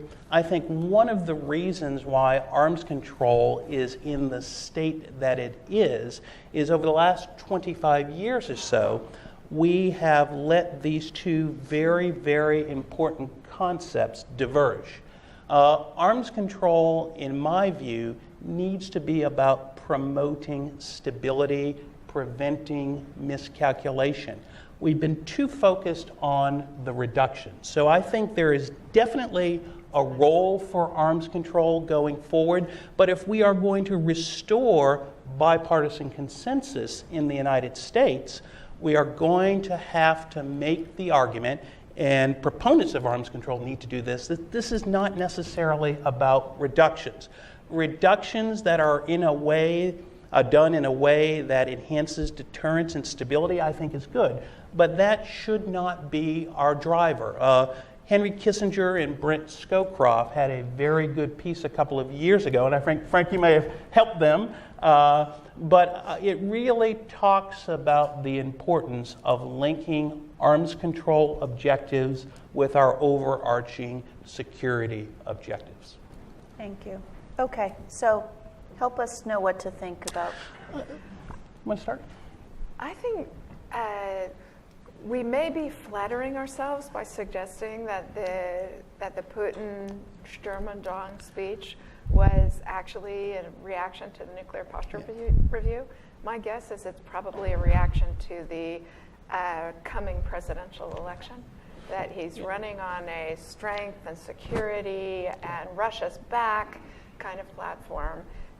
So if anything, the specific comment about a nuclear cruise missile that can, 50,000 miles and it's nuclear power, all that spiffiness, that actually didn't strike me as particularly out of character, out of line, this is a continuation of a corroding, weakening Russia playing a bad hand extraordinarily adroitly.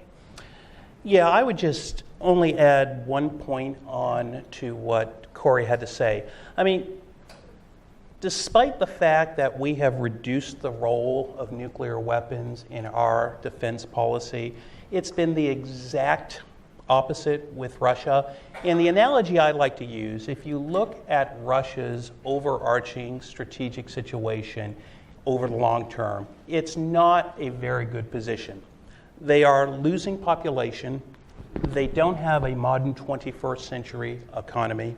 They have no real allies besides Assad, but he's not the most reliable ally. Their conventional capabilities have gotten better, but they're not on par with the United States. And then on their southeastern flank, they have this big and expanding China. Now, I understand Russia and China have a strategic partnership, but let's remember that strategic partnership is about one thing: balancing American power. So when you take this overarching strategic situation into consideration, what do the Russians have long term to maintain their security? And that is nuclear weapons. I remember at the Non-Proliferation Treaty Review Conference back in 2015, I was meeting with one of my Russian colleagues, and he looked at me and he said, "Frank, I fear a world without nuclear weapons." And I think he was only being half facetious. All right. So I like the idea of the reassurance, but it sounds like of the 4 capabilities that were announced and the whiz-bang gadgets that were described, you're sort of, we can take it in stride? My view is this: as long as we move forward with the modernization of our strategic nuclear deterrent, we should be able to deter any threat from Russia.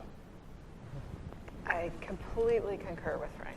Well, on that note, I'm going to open up to Can I just some offer questions. A quick one, because we've got to get some of the audience in. You want to work Sure. it in? No, just to offer a slightly Fast. contrarian point. I mean, a lot of these systems, what struck me about the capabilities, at least we saw with these 4 systems, is that each one of them, I think, brought something to the table that suggested that the Russians were worried about U.S. missile defense capabilities. Yeah, That's a great point. I don't disagree with that. You know, I've spent the majority of my career talking to the Russians on missile defense. I've heard every conspiracy theory. They believe it. And I very much hope that in its missile defense review, the administration makes it very, very clear that our missile defenses are not about Russia. From what I've seen to date, on the White House website, in the national security strategy, that is the focus of the U.S. missile defense program, is to deal with threats from North Korea and potentially Iran. But there's been some talk out there about potentially redirecting our missile defenses against Russia. I don't think that is a wise idea for a couple of reasons. Most importantly, if the Russians believe that we are really moving forward with missile defenses directed against them, you can be assured they will do whatever is necessary to maintain an assured strike capability against the United States. These guys don't do many things well, but they do know how to build advanced missiles and advanced countermeasures. So again, that's my recommendation to the new team. Whether they take that recommendation, we'll have to see. Okay, very good. Well, we've got a little bit of time to take in some questions. I'll be heading over here. I'll take this one on the right. I've got a few of you clustered over here. But the gentleman in the front row, for starters, I saw that hand first. And then we'll have one over here, Bernadette. We have the far side. I will ask that you please state your name and your affiliation. Keep your point extremely brief, and I'll ask those of us on the panel to not all want to answer every question as well. Okay, to you, sir, please. Thank you. Thank you. I'm Satoshi Nishida from Happy Science in Japan. According to some survey conducted by one of the biggest survey companies in Japan, nearly 40% of American people support the idea of accepting nuclear weapons in North Korea, and in return, they support the idea of accepting the nuclearization of Japan and North Korea for deterrence. So what is your perspective on this idea? Thank you. Okay. And what I might do is take a couple and we'll see. So let's try over here. Hello, my name is Vyacheslav Kosrev. I'm from Russian Embassy, and a lot was said today about my country, and with a lot I may disagree. And but what is the most important is that our military doctrine says, and by the way, the president, Mr. Putin. This is going to be a question, right? No, it would be very not short, but comments, but very. No, very short, because I will try to make question. sure, yes, so as please short as possible. To a quick question, or else I'm going to turn to someone and else. The president underlined that it's once again that there are only 2 simple scenarios when we may use nuclear arsenals, and those scenarios are 100% defensive. And once again, the president said that we are not threatening anyone, and the young man told hypothetical scenarios. Yes. And with regard to Mr. Rowe's comments about Russia's reaction to the NPR, indeed, the American document is very concerning and disappointing, especially in the part of justifying a lower threshold of use of nuclear weapons, and by making groundless accusation of Russia. And I would like to remind that we do not have deployed tactical weapons, and we do not train our militias people to use them, while United States has already tactical weapons in Europe, contrary to the NPT. Thank you very much for your attention. I'm actually going to, since I don't think that will engender much response, I'm going to turn over here. Well, we can respond, but I want to get an actual question. Hi, I'm Gilbert Brown, a nuclear engineering professor, so this is not my main subject in nuclear. But I wonder if North Korea in particular, and in this review, non-state actors become a different kind of risk. Okay. All You right. know, So I think we're used to the mad approach to big Yep. guys, big weapons, but so that's something that hasn't come up, but in the last review, a lot more of attention to nuclear terrorism, non-state actors, somewhat less emphasized here, so we can touch on that as well in terms of both areas. Why don't we, in terms of the first question, why don't I head over here and we'll give a quick response? I guess the question is, you said 40% of Americans supported North Korea being nuclear, but also South Korea and Japan going nuclear, is that right? Yes, so obviously, even the last 2 years, even in South Korea, there are some voices that talked about bringing tactical nuclear weapons back. So one of the negative consequences of North Korea being nuclear and us accepting that would be potential regional proliferation. But I think this is where extended deterrence comes in. If South Korea and Japan 100% believe in nuclear extended deterrence, that we have their back, I think we can mitigate that. The one other point I would take from that poll, which I always think polls of American public attitudes on sophisticated international security issues aren't particularly reliable, not only because 40% of Americans can't put Canada on a map, but also because I do a lot of survey research on civil military issues, and it comes through very strongly that we are a public easily persuaded to go to war, easily persuaded to defend friends and allies that we like. And so what people say from a cold start is very often not what they will say if the president invests the time and the political capital to make the case for why we should do something. Just responding to our colleague from the Russian embassy, what I would say is Russia is directly responsible for the security situation we find ourselves in. Their threats to use nuclear weapons against U.S. allies, their violation of the INF Treaty, their illegal occupation of Ukraine, and their direct meddling in the U.S. presidential election. However, all that said, I think we need to maintain dialogue with the Russians on strategic issues. Sounds like your mic is going on. Not necessarily to negotiate new arms control agreements, but to, one, look for mutual ways to reduce risk, and it would help if Russia stopped threatening to use nuclear weapons on other nations, and secondly, to send very strong deterrent messages so Russia truly understands what we are trying to do and understand that we will respond to threats against the United States and our allies. Okay, thank you. There was a question. Yes, on the non-state actors. Yeah, just real quickly on the non-state actors issue. So North Korea, for what it's worth, senior North Korean officials have specifically made assurances that they would never transfer a nuclear device to a non-state group. Granted, we have seen that North Korea is willing to do business with anyone and everyone for the right price. Right. So I'm not going to say that I don't think about that. It is a concern. We don't have any credible evidence that they have, there have been any failed kind of deals, there have been any transfers. We don't know anything about that. The place where I worry about that the most continues to be Pakistan. Last year they started putting their nukes on submarines, and that brings together kind of mating issues. We've seen the Pakistani Navy attacked by al-Qaeda militants in 2014. And a recent book that came out actually by Steve Cole makes the argument that that frigate that was attacked in 2014 had a nuclear warhead on board. I'm not sure about that, but details like that worry me. And Pakistan is the primary situation where I see a non-state group potentially getting its hands on nuclear materials or weapons. Okay, very good.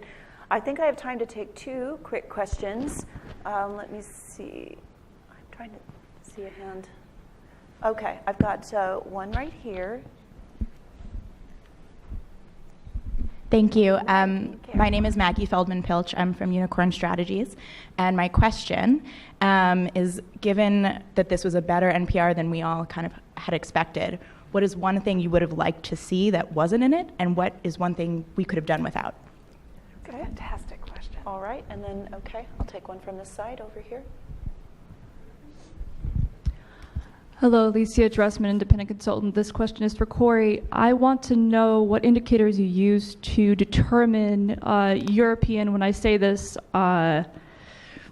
this is a little bit, obviously Germany isn't all of Europe, but I'm really talking about Germany in this case, to measure their support of the NPR and its objectives.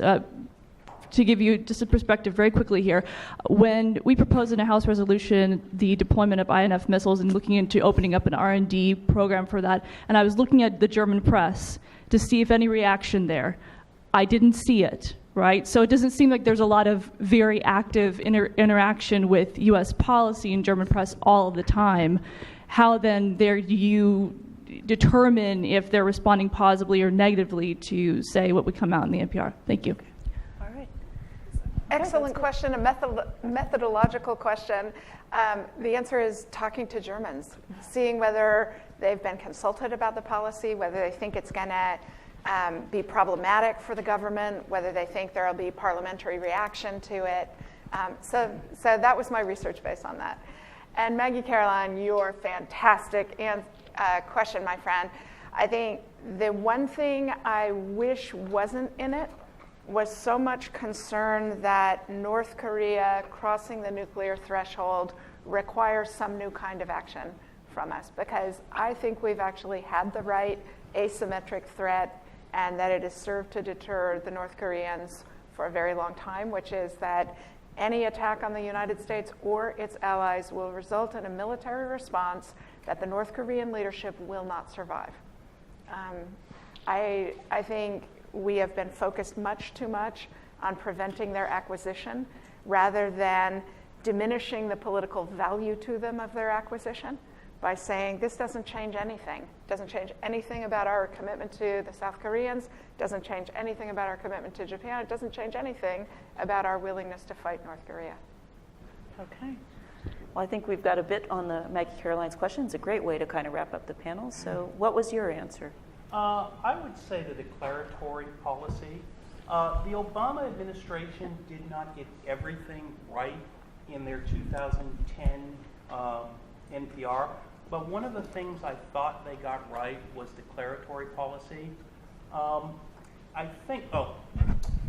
One of the things I do think they got right was the declaratory policy. I think by adding those additional caveats in the declaratory policy, the administration opened itself up to criticism that they really didn't have to need to do. And I think as a result, they're going to be spending a lot of more time trying to explain that. So that's the one thing where I would have preferred them to just stick with the Obama administration policy, because I think we essentially got it right. Okay. Right. So you can feel free to say the one good thing too. Yeah. She did ask both sides of the question. Oh, that's, I think it looks pretty good, to be honest with you. Yeah. That's true. I guess I agree with Corey on the North Korea point. I think the long-term strategic challenge in Asia remains China. And on that note, I guess what I would have liked to see, and this is kind of setting aside the fact that this is an NPR coming out of a Republican administration, but I think generally the idea of acknowledging mutual vulnerability, I think that matters quite a bit for China, matters quite a bit for stability with China, especially with Russia. That's a different question just given the strategic relationship, but I think acknowledging a degree of mutual vulnerability to Chinese weapons, acknowledging that missile defense, again, like China, like Russia, is for limited threats, which the NPR does say it's for limited threats, but the upcoming MDR, there's some questions there. So I think that's what I would have liked to see. I think what's a good thing is that we got the deterrence language on North Korea right, basically, and that actually matters quite a bit in a nuclear posture review, specifically released in early 2018, after we come out of this period of destabilizing language flying both ways. So that was good. Okay, good. I liked sort of listing of what makes North Korea really a threat, including the proliferation threat, and explaining that. I do agree on the declaratory thing just because that I don't like that. I think we could have done without, just because I think it feeds to Kim Jong-un's paranoia and that he may, again, mistake some action from us as something that we're going in for a full-on conflict and that will lead to escalation. So I think we could have done without. They are deterred, so I don't think there was an unnecessary step. All right. Very good.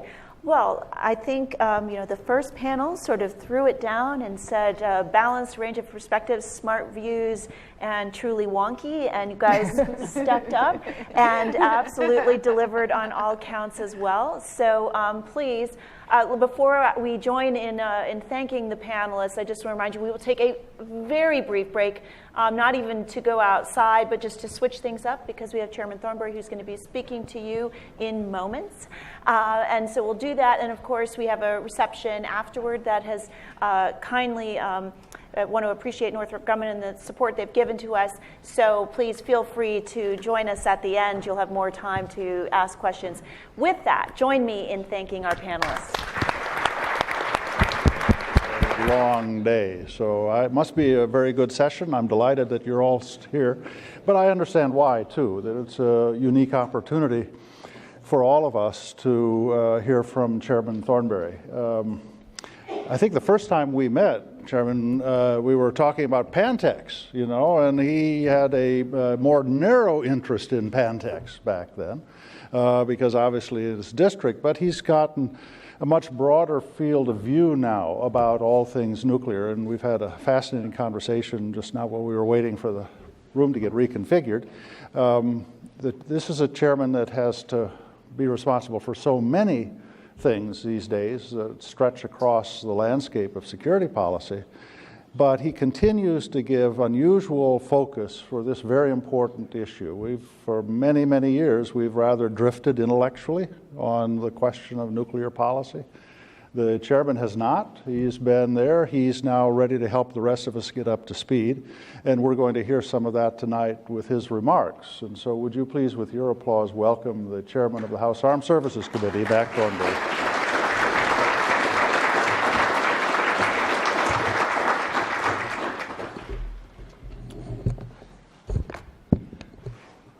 Well, thank you, John.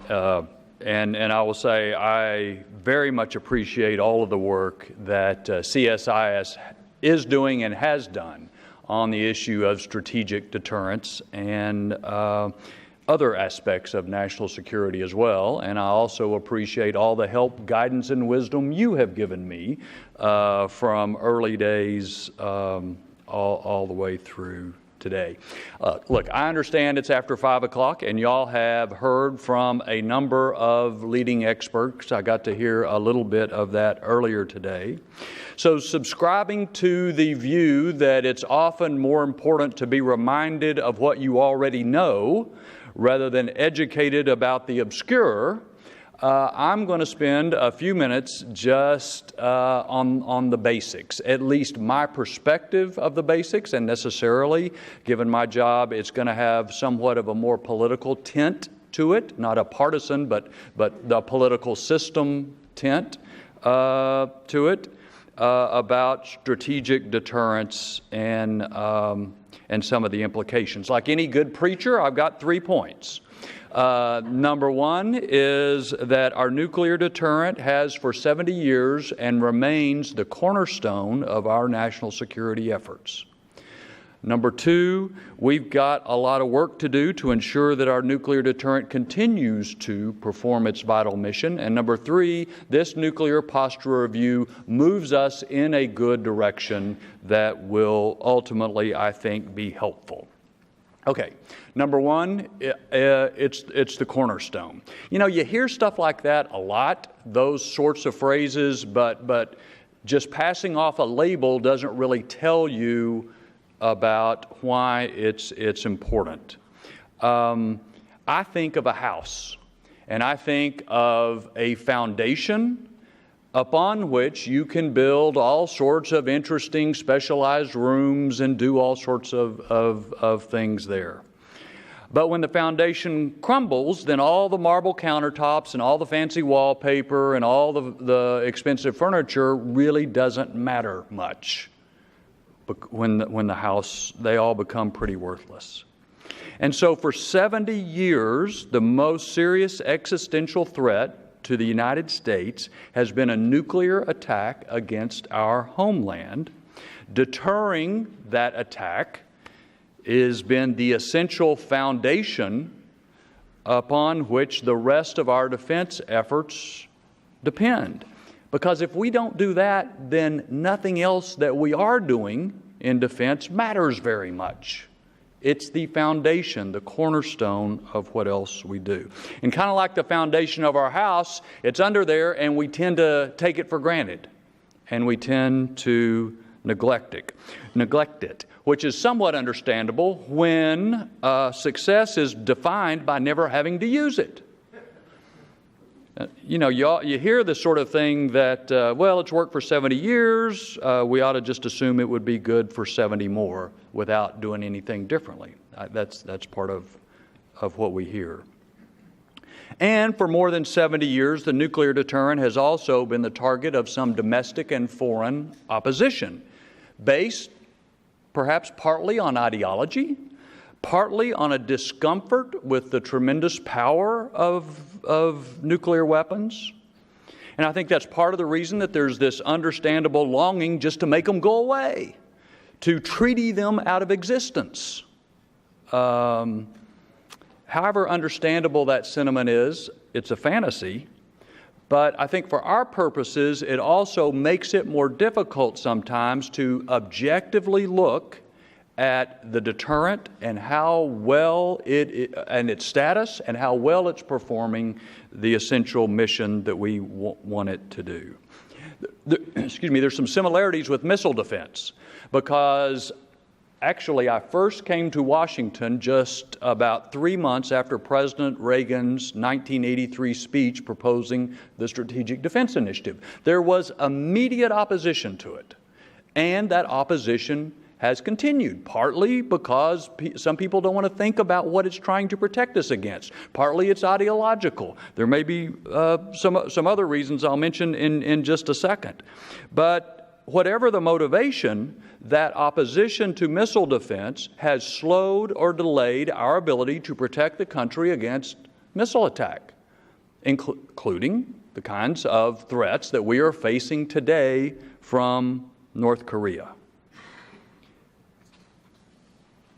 I think we have to be alert to the danger that when something becomes politically controversial, we don't think about it, or we take some sort of moderate middle-of-the-road path and don't really focus on what needs to happen for the country's security, and thus let the cornerstone neglect ultimately to crumble. One other historical note, I think of considerable relevance today, about political opposition to our strategic deterrence. In his memoir about his time at the CIA, former Secretary Gates wrote about the Soviets' massive covert action operation aimed at thwarting the Glickholm and Pershing II deployments in Europe in the 80s.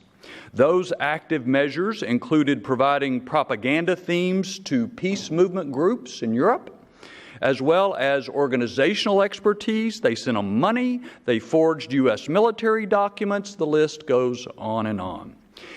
Now, there's been some declassified CIA documents that not only goes into greater detail about what the Soviets were doing to try to stop that deployment, but some of it even goes back to the 77-78 discussion about the neutron bomb.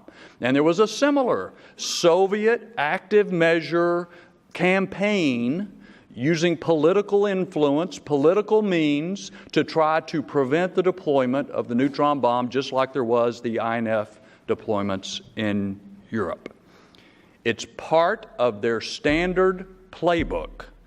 Nobody should be surprised that they would try to influence an election here, that they would try to influence a key strategic decision here, and use all sorts of methods to try to do that. I suspect we're going to, of course, Putin's speech this morning may be a little part of it, but I suspect we're going to see much more sophisticated methods coming from Russia to try to influence the decisions that are required to implement this this nuclear posture review. So it's a big deal. Number two, I think we've got a lot of work to do. again, I'm on basics here. There are two undeniable realities. One is the effects of time.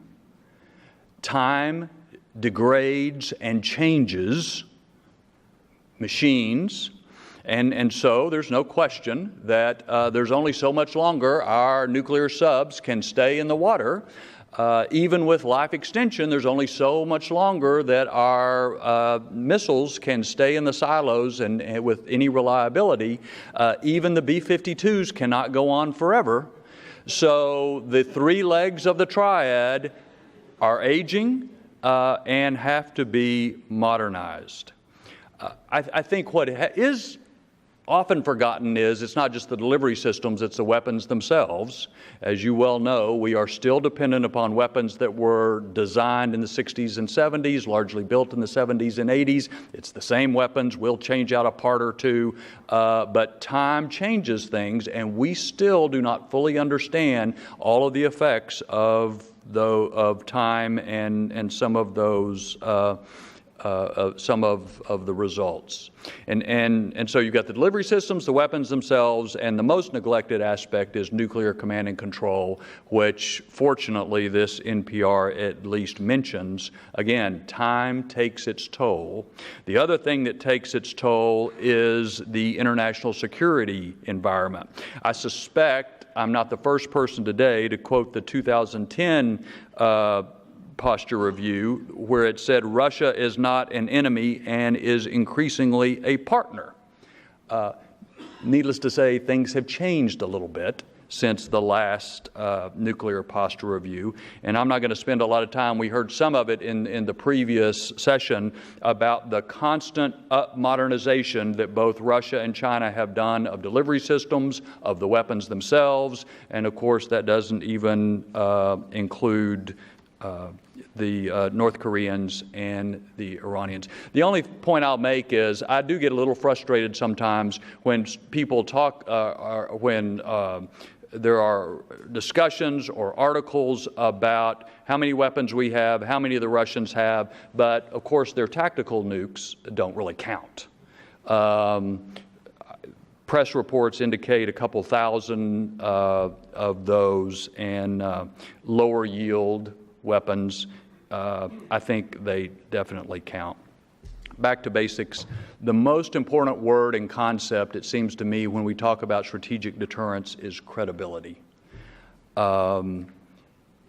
We have work to do to ensure that our deterrent remains credible and is therefore able to do the job we expect it to do.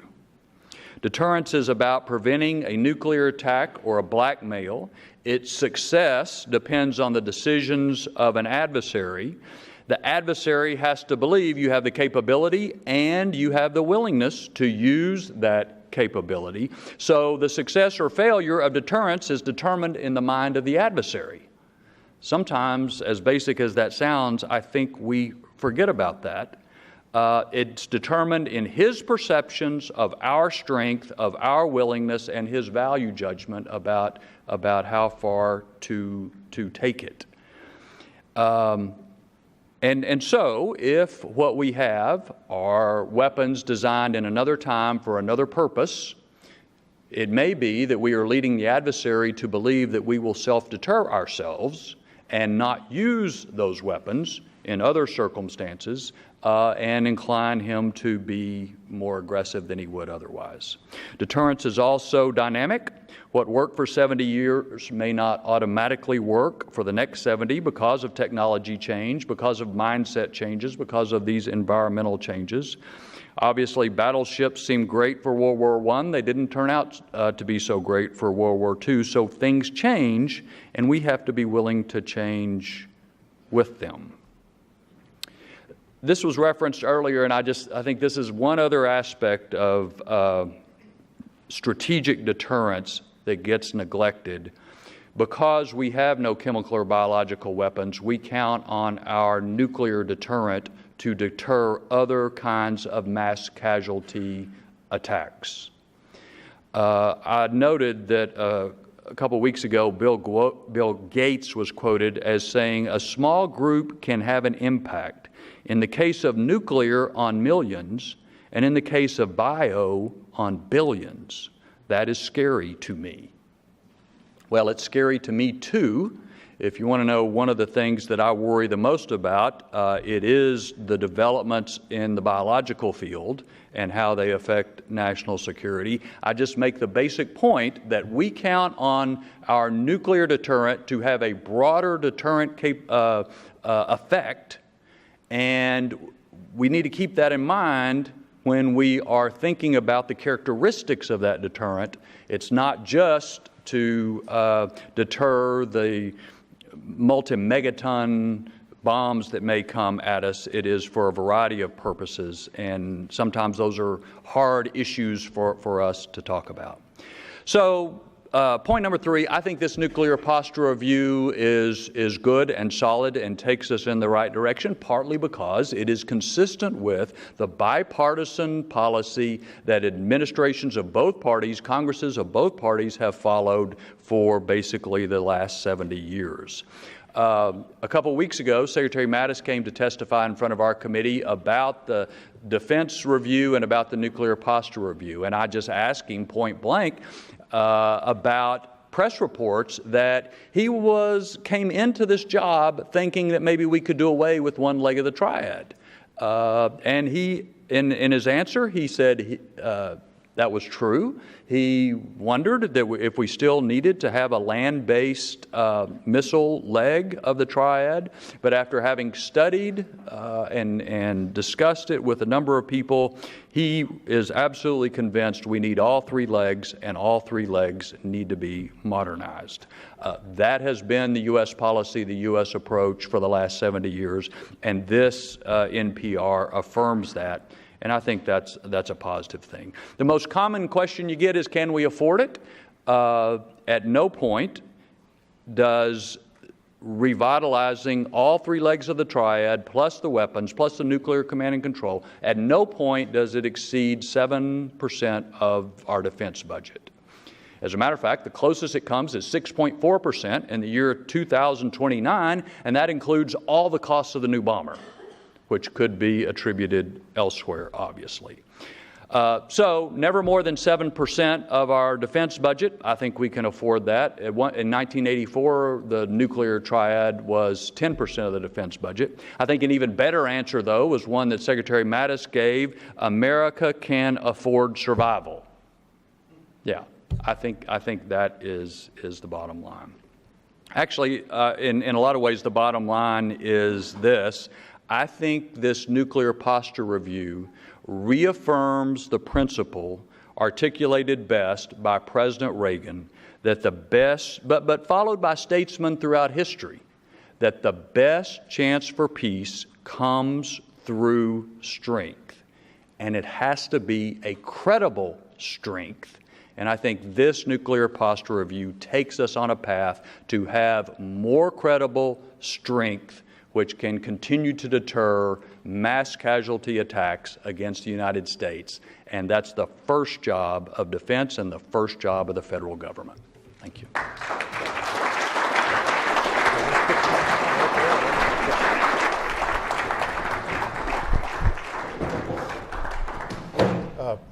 Thank you very much, Chairman. And we've got about, originally the schedule was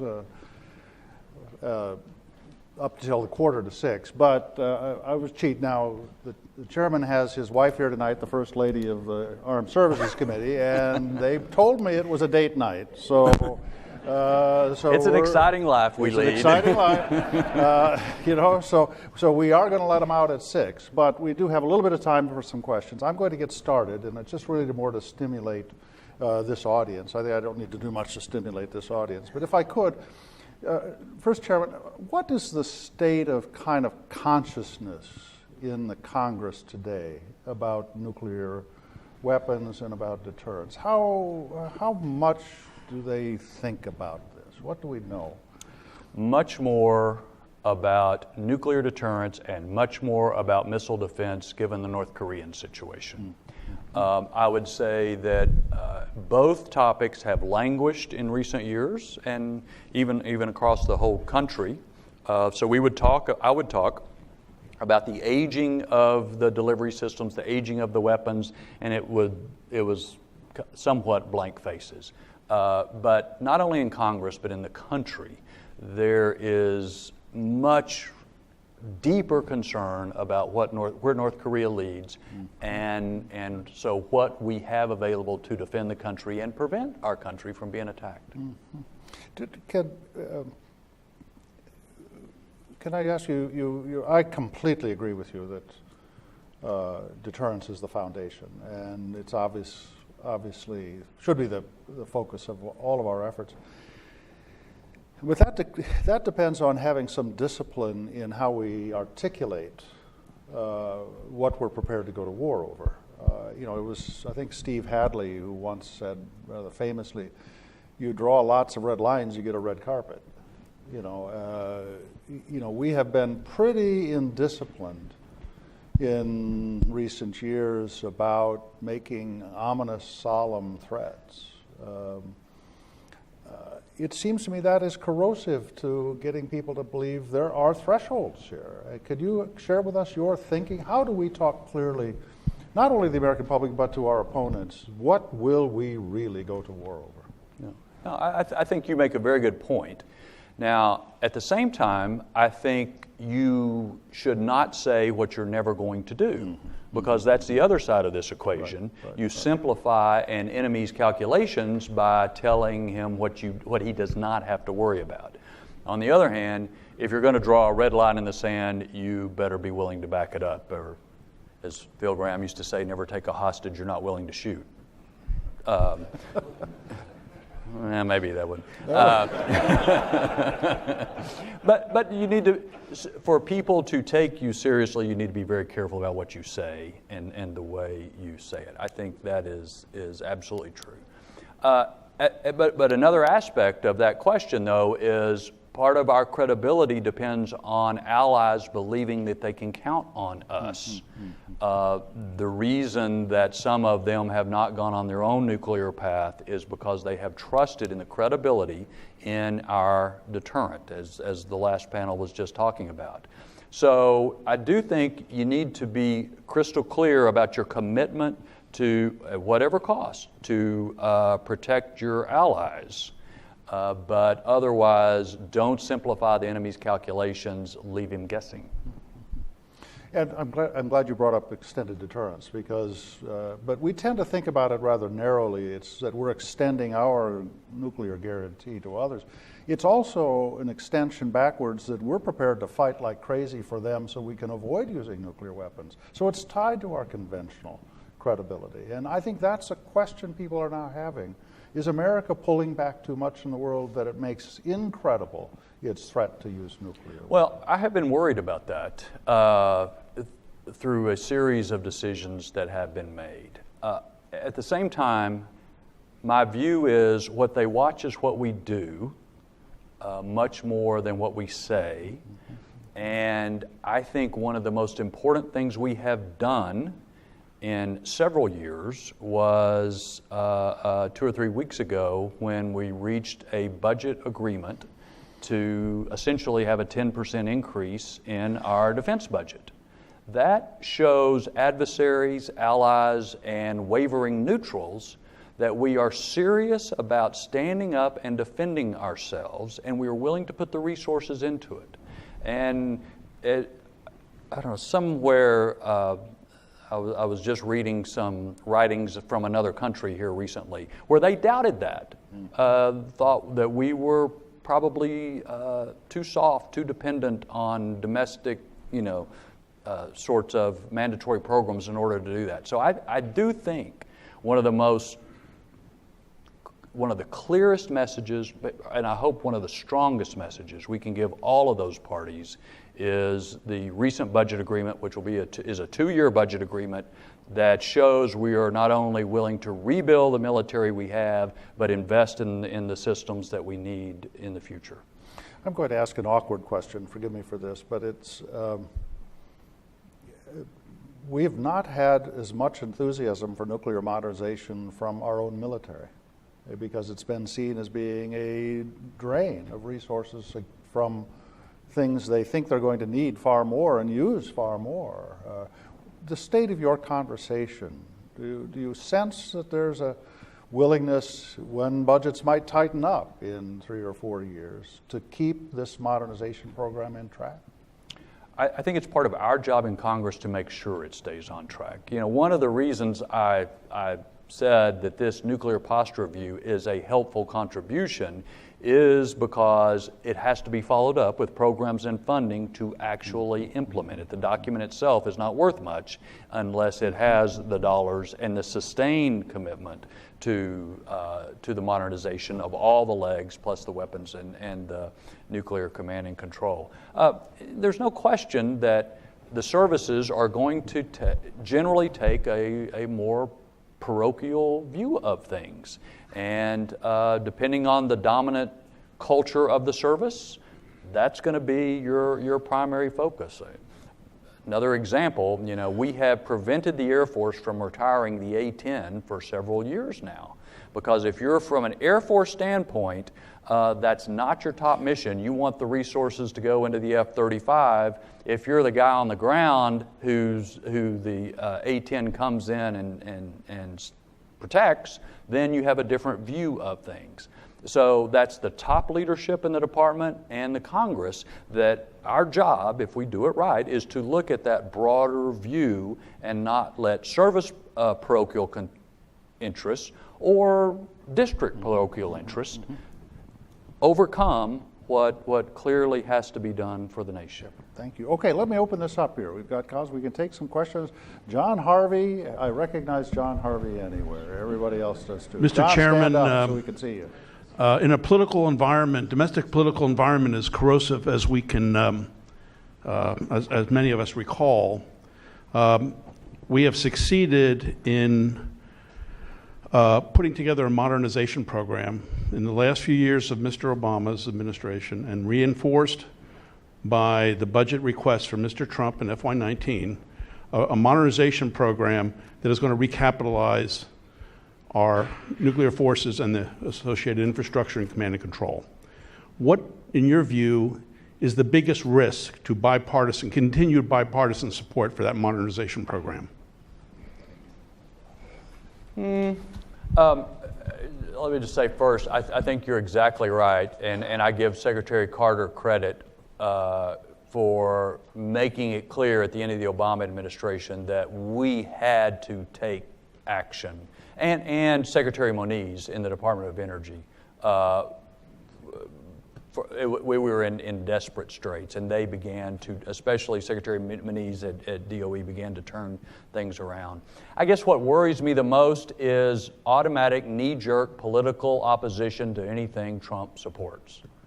That's one of the reasons I tried to emphasize that I think this NPR is consistent with 70 years of bipartisan approach on strategic deterrence. Because I do see, like you referenced, an increasing polarization. If he's for it, I'm against it. And you see it in both parties, but since President Trump is in office, I think you see it a lot on the Democratic side, and I think it would be not in the country's best interest to have this become a very partisan thing. There's always been partisan differences about nuclear issues. I know, as I say, I came here in the early 80s, so I remember how intense some of those got to be, but there was a broad center from both parties that upheld the nuclear triad and the importance of strategic deterrence. And one of the reasons I think it's so important for CSIS to put on events like this is we need to keep all the smart people on both parties, like are in this room, on that track to make sure it does not get waylaid by partisan considerations. Yep, right here. Yes, please, yes. Thank you. Thank you very much. Kingston Reef with the Arms Control Association. Thanks for your comments, Mr. Chairman. I wanted to talk about the cost issue for a moment, but open the aperture a little bit to look at future constraints on national defense spending and discretionary spending. As you noted, the budget deal that was reached recently was very good to defense. but the BCA caps are still in place for 2020 and 2021. And then even after the Budget Control Act, there's likely to be continued pressure on defense spending, some internal to the Defense Department, namely the rising costs of O&M and personnel, and then some external, including an aging population, growing interest on the debt. Shorten the question. So the question is, do you worry in the future about a mismatch between resources and requirements? And if so, for the for defense spending, and if so, what should we do to try to head that off now? Yes, I worry about it. And I know everybody here knows these numbers, but 70% of the federal budget is entitlements and interest payments. Defense today is 15% of the federal budget. So it is obviously very possible, if we do nothing, that entitlements grow and crowd out everything else. And the world is not getting any safer as we do that. So I think we've got to, my view is defense is the first job of the federal government. We've got to spend whatever it takes to defend the country. But I'll just note that we have been doing some things that do help save money. So, for example, the FY19 request for defense health is $400 million lower than it was last year. Now, partly because healthcare is not going up as much, but it's lower. And part of the reason is in our defense authorization bills, we have put in some reforms in the healthcare system to help bring those costs down. The FY19 budget request also talks about $2.9 billion in savings that they expect to achieve because of some of the acquisition and other reforms we've already enacted. Now, none of that counts the new retirement system, which also brings substantial savings in the out years. We're not going to fix our budget problems by reform and those things, but it helps. And we have gotten a pretty decent start, but there's obviously a lot more work that can be done in streamlining, in efficiency, and the main goal of all that is to help us be more agile in confronting these very determined adversaries that we face around the world. Okay, right way in the back. Walid Abdul Jawad, Sharq al-Awsat newspaper. Can you contextualize what you have articulated in a language that people in the Middle East can understand, especially Saudi Arabia, when in light of the proxy war on the ground in Syria and the perceived nuclear arm race that is kind of taking place at this point between Iran and Israel and Saudi Arabia and the UAE, starting with the energy program there? Well, I think when you start with context, you have to start with what Iran is doing. And obviously the Iran nuclear agreement was designed to at least delay their acquisition of a nuclear weapon. Meanwhile, I don't think it's lost on anybody that they are continuing their missile development program as well as using proxies in all sorts of aggressive ways. So that is part of the context under which other Gulf nations have to figure out how they're going to defend themselves. Now, I believe it was in Eisenhower, there was an Atoms for Peace program to help develop nuclear power in a way that could not be converted to weapons, but would help provide energy. And for a number of resource-constrained countries around the world, it seems to me that concept makes a lot of sense. We want to be involved, however, to make sure that it's done in a way where it cannot lead to proliferation of weapons. But I guess the basic point to me is today, in 2018, the technology is not that hard. There can be a variety of motivations to acquire nuclear weapons. We need to try to do what we can to limit their spread, but ultimately, what we have to count on to defend the United States of America and our allies is our own strategic deterrence. And that has to be unquestionably credible.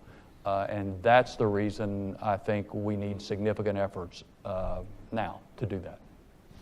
Okay, we're encroaching. One last one here because we're encroaching on date time. Eric Jacobson.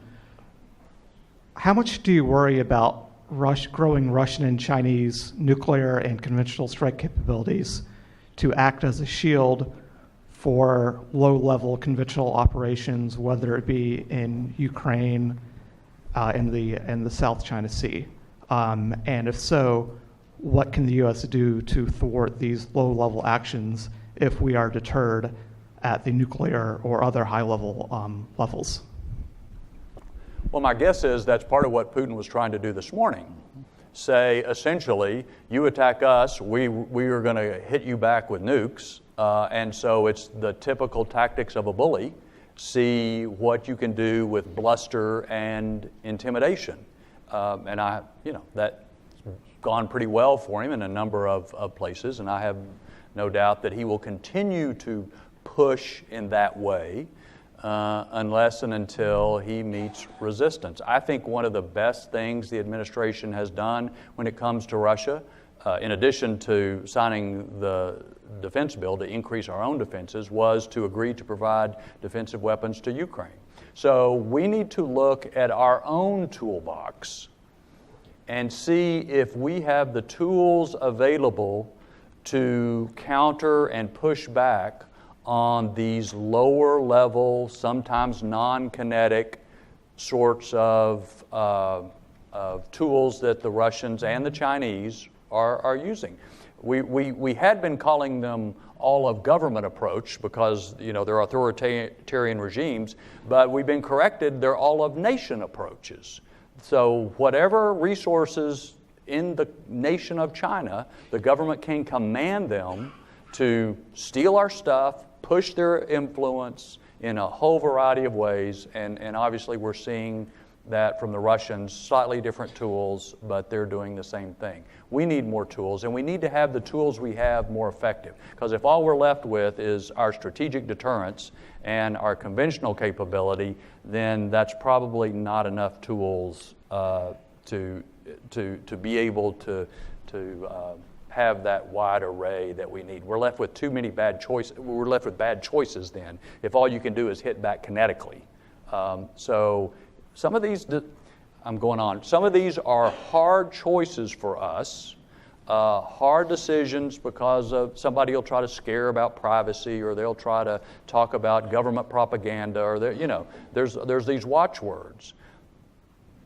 The only thing I'll reinforce is, is this point. There are well-meaning, very sincere opponents to all of the things we've talked about today: missile defense, strategic deterrence, strategic communications, whatever it's called.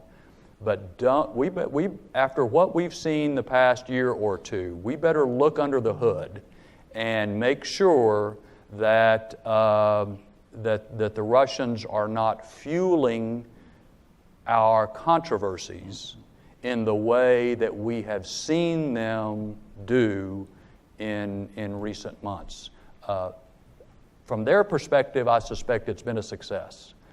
We saw, even with the recent shooting in Florida, Russian-sponsored messages on social media, some for gun control, some against gun control. My point is, we better look under the hood when it comes to these sorts of issues, because there may be outside sources that are adding fuel to the fire.